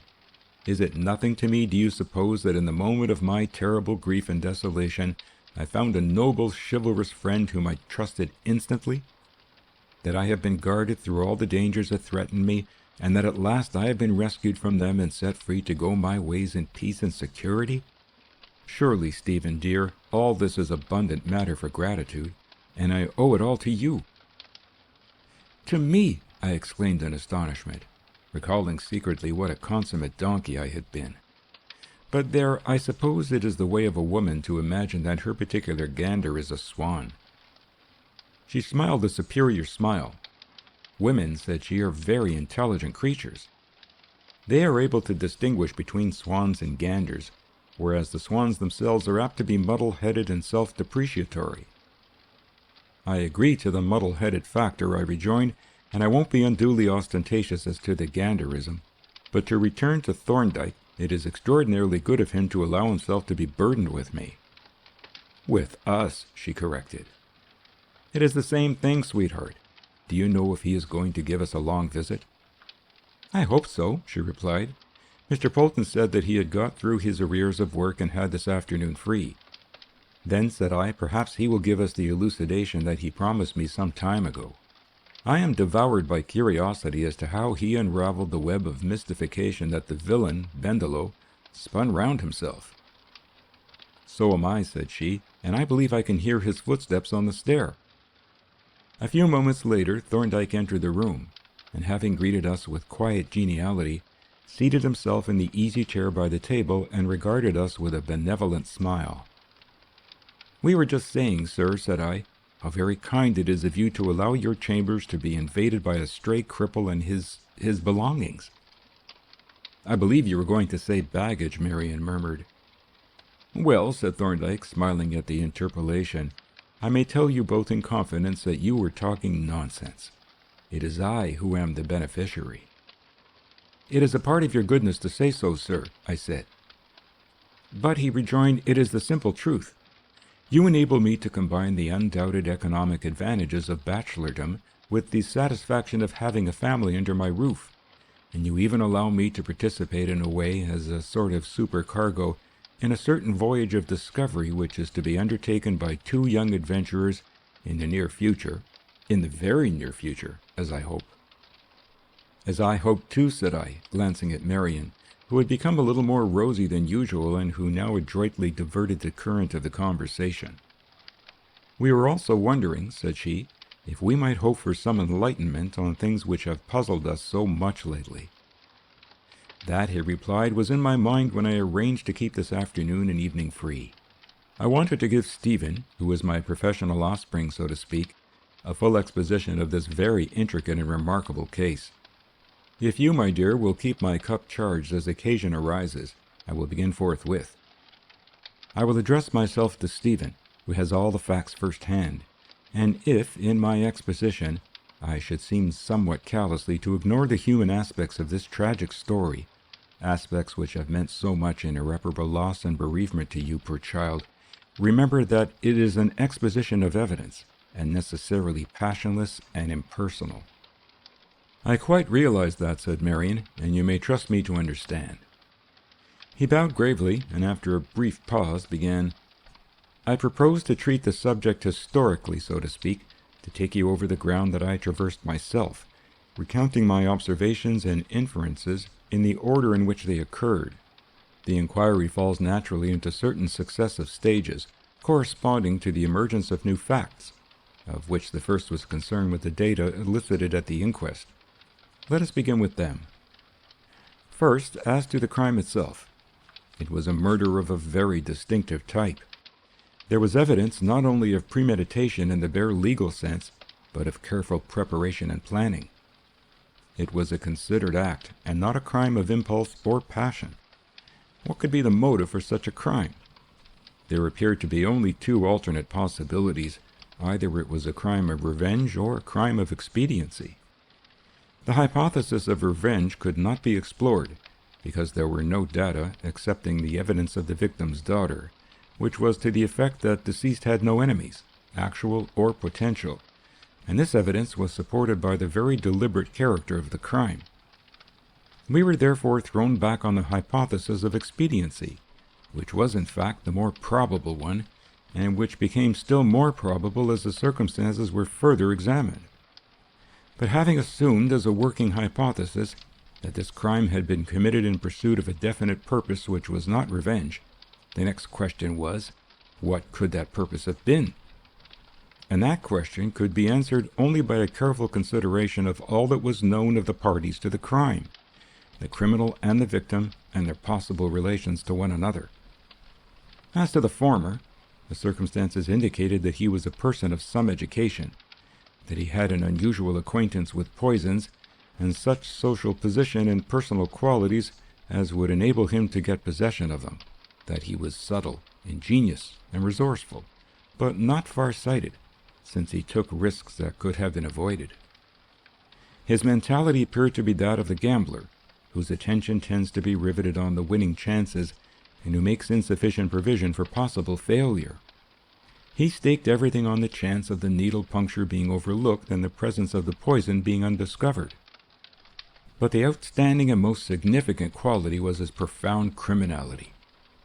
Premeditated murder is the most atrocious of crimes, and murder for expediency is the most atrocious form of murder.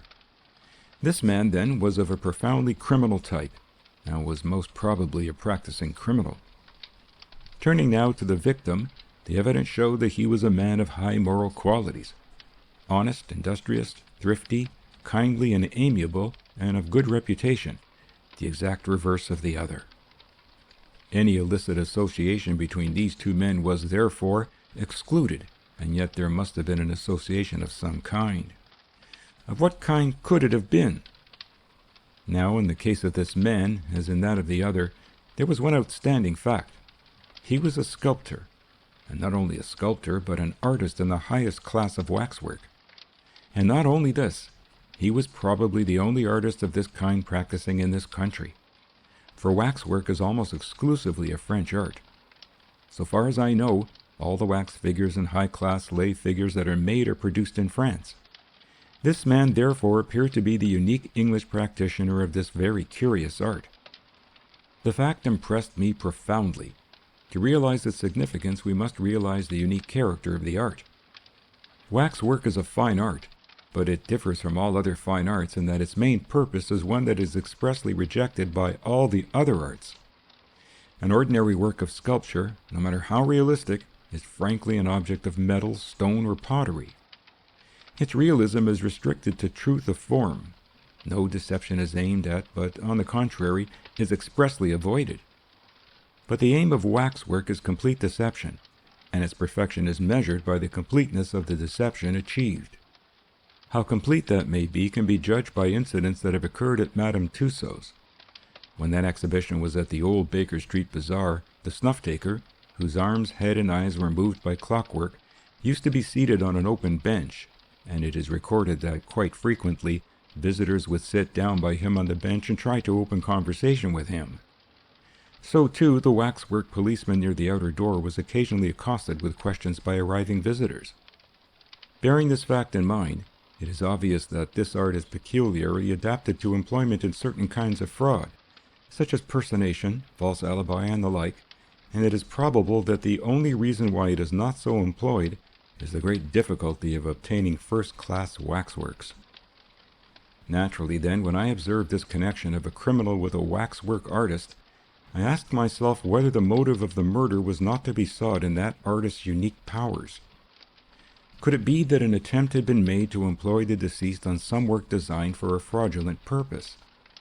If such an attempt had been made, whether it had or had not been successful, the deceased would be in possession of knowledge which would be highly dangerous to the criminal, but especially if a work had actually been executed and used as an instrument of fraud. But there were other possibilities in the case of a sculptor who was also a medalist. He might have been employed to produce, quite innocently, copies of valuable works which were intended for fraudulent use, and the second stage of the investigation was concerned with these possibilities. That stage was ushered in by Follett's discovery of the guinea, the additional facts that we obtained at the museum, and later when we learned that the guinea that had been found was an electrotype copy, and that deceased was an expert electrotyper. All seemed to point to the production of the forgeries as the crime in which Julius D'Arblay had been implicated. That was the view to which we seemed to be committed, but it did not seem to me satisfactory for several reasons. First, the motive was insufficient. There was really nothing to conceal. When the forgeries were offered for sale, it would be obvious that someone had made them, and that someone could be traced by the purchaser through the vendor. The killing of the actual maker would give no security to the man who sold the forgeries, and who would have to appear in the transaction. And then, although deceased was unique as a waxworker, he was not as a copyist or electrotyper. For those purposes, much more suitable accomplices might have been found. The execution of copies by deceased appeared to be a fact, but my own feeling was that they had been a mere byproduct, that they had been used as a means of introduction to deceased for some other purpose connected with waxwork. At the end of this stage we had made some progress. We had identified this unknown man with another unknown man who was undoubtedly a professional criminal, and we had found in the forged guinea a possible motive for the murder. But as I have said, that explanation did not satisfy me, and I still kept a lookout for new evidence connected with the waxworks. The next stage opened on that night when you arrived at Cornish's looking like a resuscitated found drowned. Your account of your fall into the canal and the immediate antecedent events made a deep impression on me, though I did not at the time connect them with the crime that we were investigating. But the whole affair was so abnormal that it seemed to call for very careful consideration, and the more I considered it, the more abnormal did it appear. The theory of an accident could not be entertained, nor could the dropping of that derrick have been a practical joke. Your objection that no one was in sight had no weight, since there was a gate in the wall by which a person could have made his escape. Someone had attempted to murder you, and that attempt had been made immediately after you had signed a cremation certificate. That was a very impressive fact. As you know, it is my habit to look very narrowly at cremation cases, for the reason that cremation offers great facilities for certain kinds of crime. Poisoners, and particularly arsenic and antimony poisoners, have repeatedly been convicted on evidence furnished by an exhumed body. If such poisoners can get the corpse of the victim cremated, they are virtually safe. For whatever suspicions may thereafter arise, no conviction is possible, since the means of proving the administration have been destroyed. Accordingly, I considered very carefully your account of the proceedings, and as I did so, strong suggestions of fraud arose in all directions. There was, for instance, the inspection window in the coffin. What was its object? Inspection windows are usually provided only in cases where the condition of the body is such that it has to be enclosed in a hermetically sealed coffin. But no such condition existed in this case.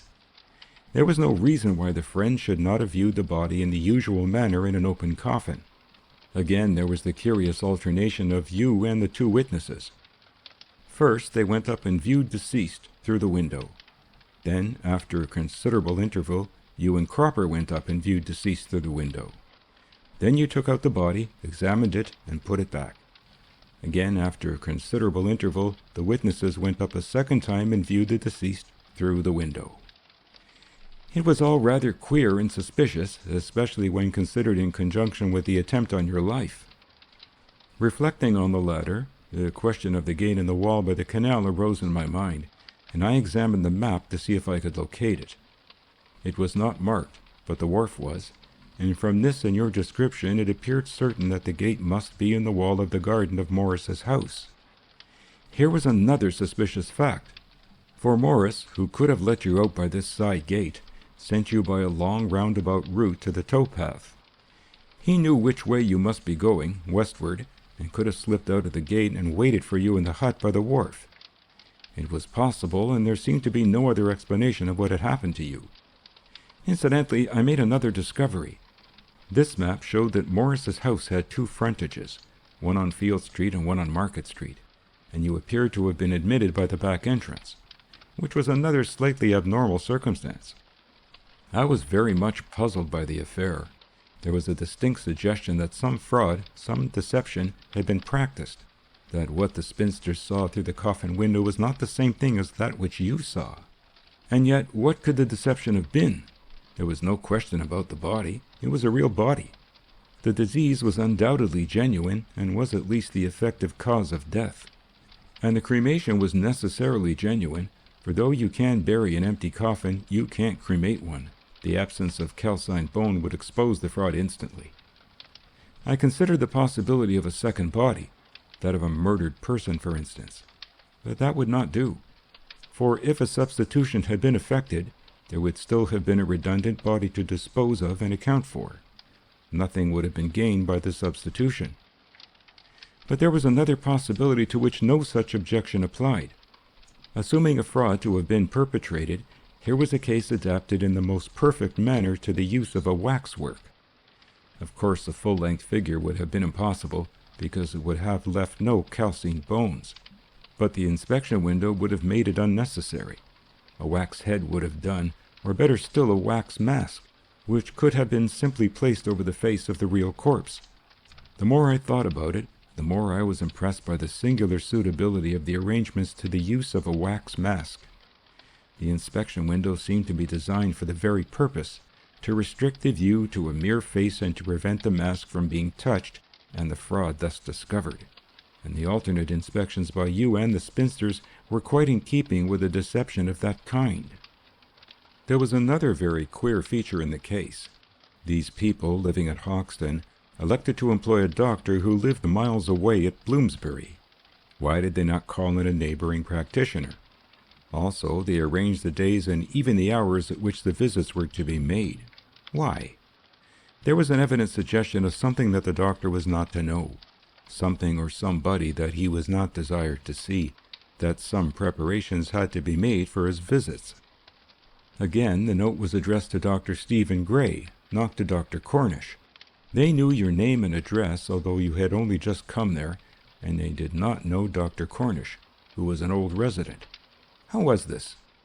The only explanation seemed to be that they had read the report of the inquest, or even been present at it.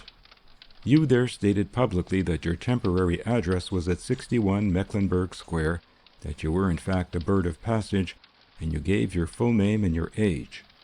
Now, if any fraud was being carried out, a bird of passage who might be difficult to find later, and a young one at that, was just the most suitable kind of doctor.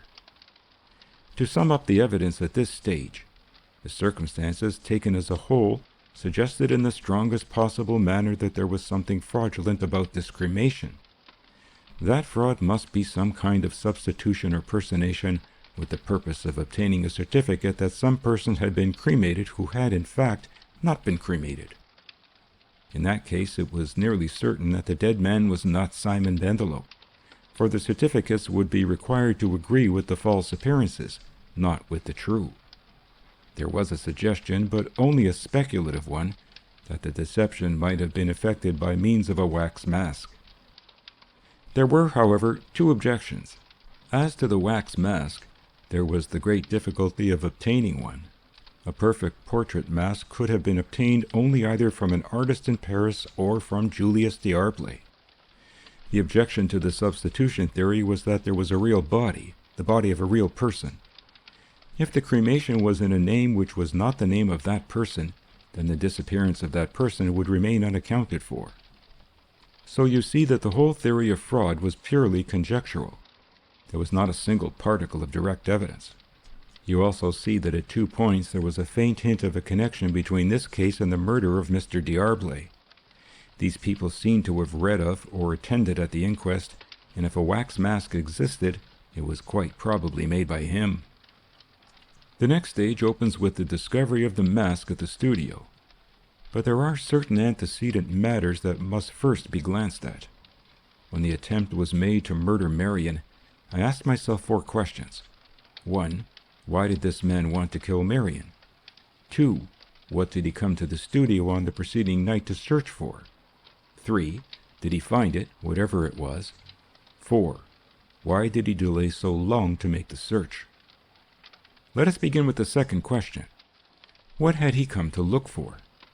The obvious suggestion was that he had come to get possession of some incriminating object. But what was that object? Could it be the mold of some forged coin or medal? I did not believe that it was. For since the forgery or forgeries were extant, the molds had no particular significance, and what little significance they had applied to Mr. D'Arblay, who was technically the forger. My feeling was that the object was in some way connected with waxwork, and in all probability with a wax portrait mask, as the most likely thing to be used for a fraudulent purpose. And I need hardly say that the cremation case lurked in the back of my mind. This view is supported by consideration of the third question. Did he find what he came to seek? If he came for molds of coins or medals, he must have found them, for none remained. But the fact that he came the next night and attempted to murder Marion, believing her to be alone, suggested that his search had failed, and consideration of the fourth question led, less decisively, to the same conclusion as to the nature of the object sought. Why had he waited all this time to make the search? Why had he not entered the studio immediately after the murder, when the place was mostly unoccupied? The most probable explanation appeared to me to be that he had only recently become aware that there was any incriminating object in existence. Proceeding on the hypothesis that he had commissioned Mr. D'Arblay to make a wax portrait mask, I further assumed that he knew little of the process, and perhaps misunderstanding Mr. D'Arblay, confused the technique of wax with that of plaster. In making a plaster mask from life, as you probably know by this time, you have to destroy the mold to get the mask out. So when the mask has been delivered to the client, there is nothing left. But to make a wax mask, you must first make one of plaster to serve as a matrix from which to make the gelatin mold for the wax. Then, when the wax mask has been delivered to the client, the plaster matrix remains in the possession of the artist. The suggestion then was that this man had supposed that the mold had been destroyed in making the mask, and that only some time after the murder had he, in some way, discovered his mistake.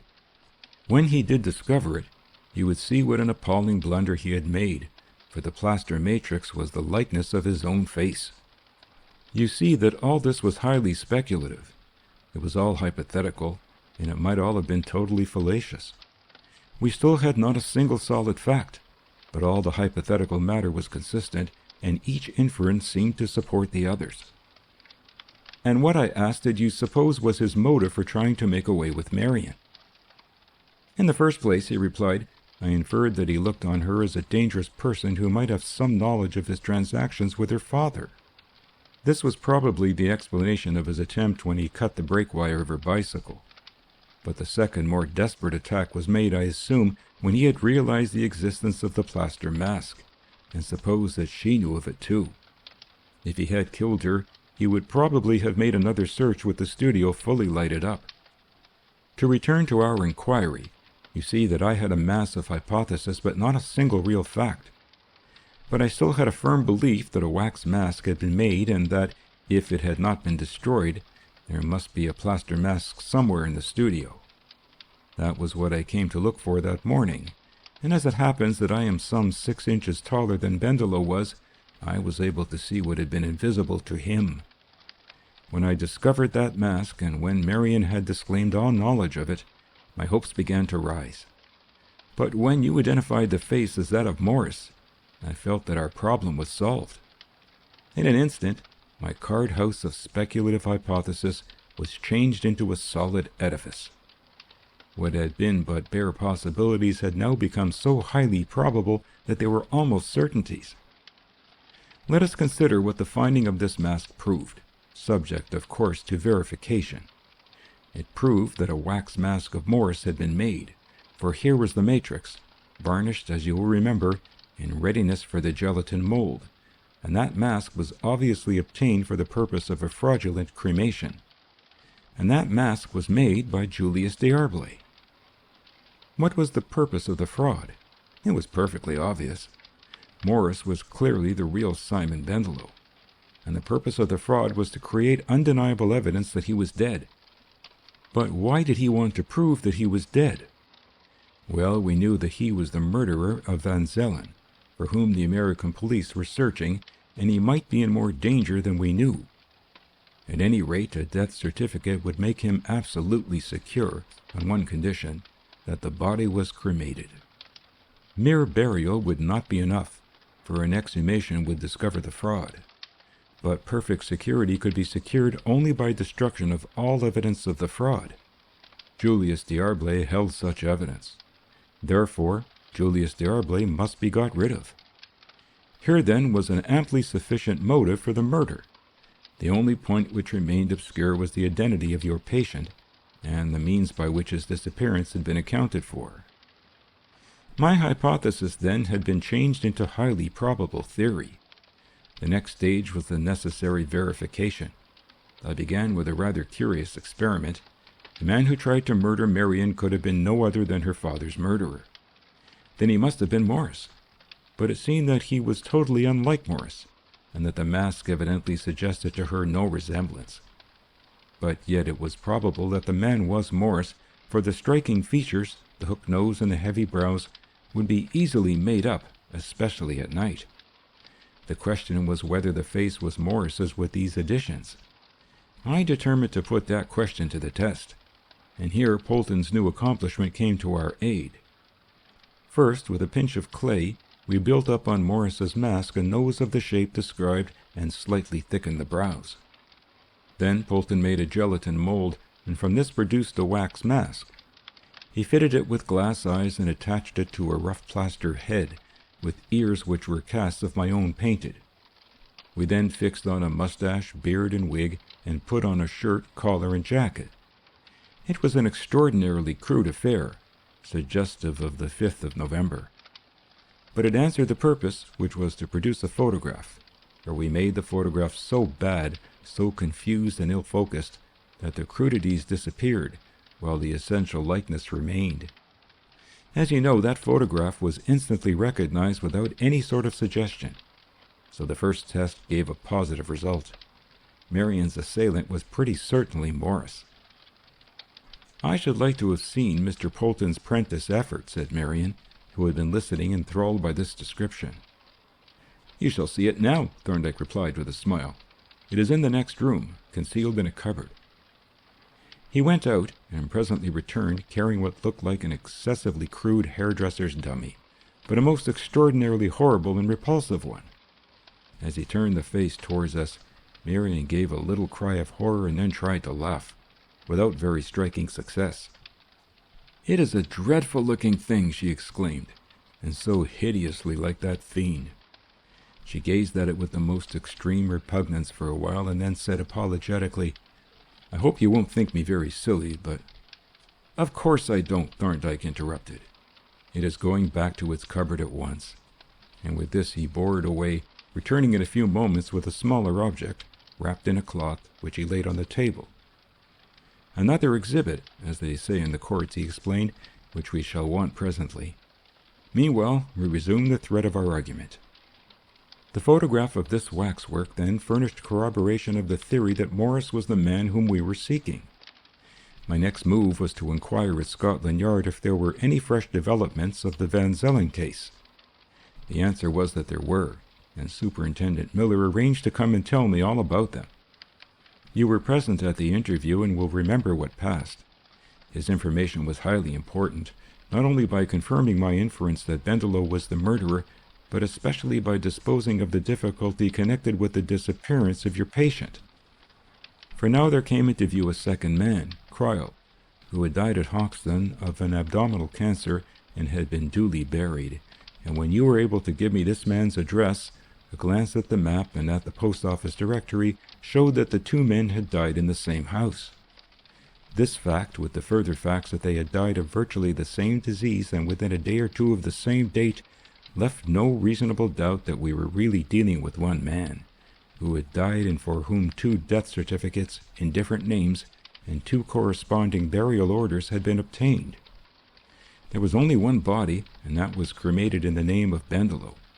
It followed that the coffin which was buried at Mr. Cryle's funeral must have been an empty coffin. I was so confident that this must be so that I induced Miller to apply for an exhumation, with the results that you know. There now remained only a single point requiring verification, the question as to what face it was that the 2 ladies saw when they looked into the coffin of Simon Bendelow. Here again Polton's new accomplishments came to our aid. From the plaster mask your apprentice made a most realistic wax mask, which I offer for your critical inspection. He unfolded the cloth and produced a mask of thin yellowish wax and of a most cadaverous aspect, which he handed to Marian. "Yes," she said approvingly, "it is an excellent piece of work. And what beautiful eyelashes! They look exactly like real ones." "They are real ones," Thorndyke explained with a chuckle. She looked up at him inquiringly, and then, breaking into a ripple of laughter, exclaimed, "Of course! They are his own! Oh, how like Mr. Polton! But he was quite right, you know. He couldn't have got the effect any other way." "So he declared," said Thorndyke. "Well, we hired a coffin and had an inspection window put in the lid, and we got a black skull cap. We put a dummy head in the coffin with a wig on it, we laid the mask where the face should have been, and we adjusted the jaw bandage and the skull cap so as to cover up the edges of the mask, and we got the two ladies here and showed them the coffin. When they had identified the tenant as Mr. Bendelow, the verification was complete.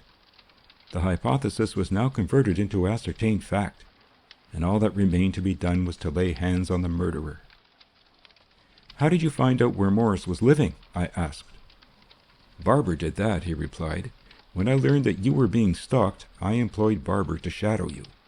He, of course, observed Morris on your track and followed him home." "That was what I supposed," said I, and for a while we were all silent. Presently Marian said, "It is all very involved and confusing. Would you mind telling us exactly what happened?" "In a direct narrative, you mean?" said he.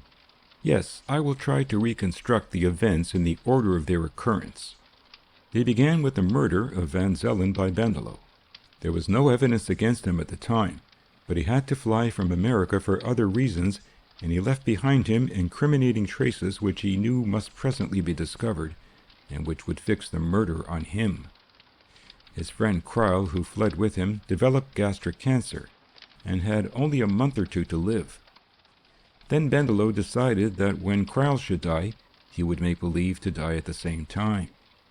To this end, he commissioned your father to make a wax mask, a portrait mask of himself with the eyes closed. His wife must then have persuaded the two spinsters to visit him, he of course taking to his bed when they called, and being represented as a mortally sick man. Then he moved from Hornsey to Hoxton, taking Cryle with him. There he engaged two doctors, Usher and Gray, both of whom lived at a distance, to attend Cryle and to visit him on alternate days. Cryle seems to have been deaf, or at least hard of hearing, and was kept continuously under the influence of morphia.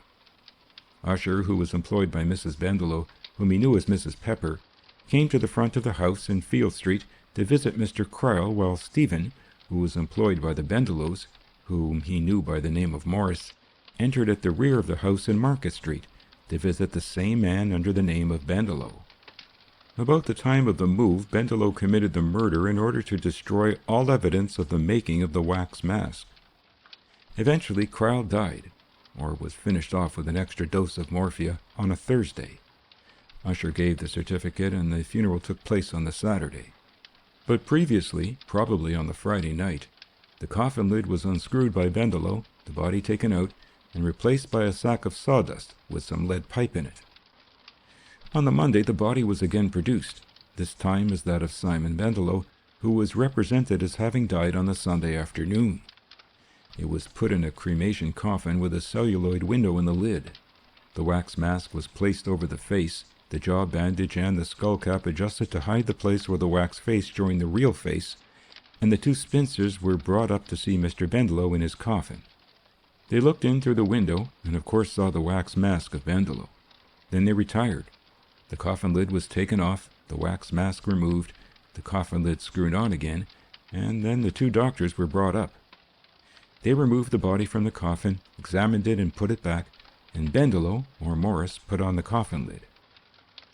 As soon as the doctors were gone, the coffin lid was taken off again, the wax mask was put back and adjusted, and the coffin lid replaced and screwed down finally. Then the two ladies were brought up again to take a last look at poor Mr. Bendelow. Not actually the last look, for at the funeral they peeped in at the window and saw the wax face just before the coffin was passed through into the crematorium. It was a diabolically clever scheme, said I. It was, he agreed. It was perfectly convincing and consistent. If you and those two ladies had been put in the witness box, your testimony and theirs would have been in complete agreement. They had seen Simon Bendelow, whom they knew quite well, in his coffin. A few minutes later, you had seen Simon Bendelow in his coffin, had taken the body out, examined it thoroughly, and put it back, and had seen the coffin lid screwed down.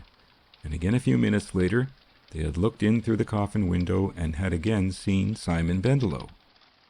The evidence would appear to be beyond the possibility of a doubt. Simon Bendelow was proved conclusively to be dead and cremated, and was doubly certified to have died from natural causes. nothing could be more complete. And yet, he concluded after a pause, while we are impressed by the astonishing subtlety and ingenuity displayed, we are almost more impressed by the fundamental stupidity exhibited along with it, a stupidity that seems to be characteristic of this type of criminal.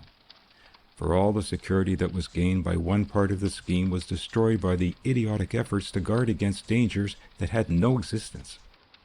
The murder was not only a foul crime, it was a technical blunder of the most elementary kind.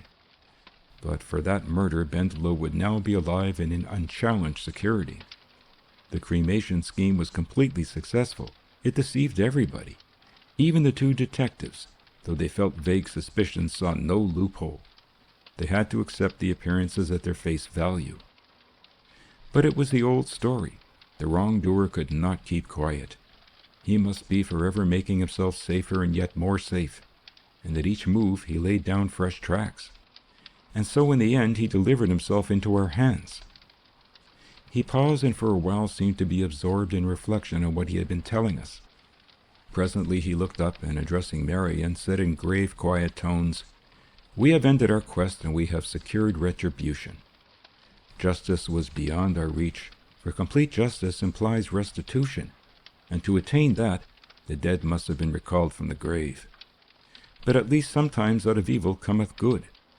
Surely it will seem to you, when in the happy years which I trust and confidently believe lie before you, your thoughts turn back to the days of your mourning and grief, that the beloved Father who when living made your happiness his chief concern, even in dying, bequeathed to you a blessing." End of the Diable Mystery by R. Austin Freeman.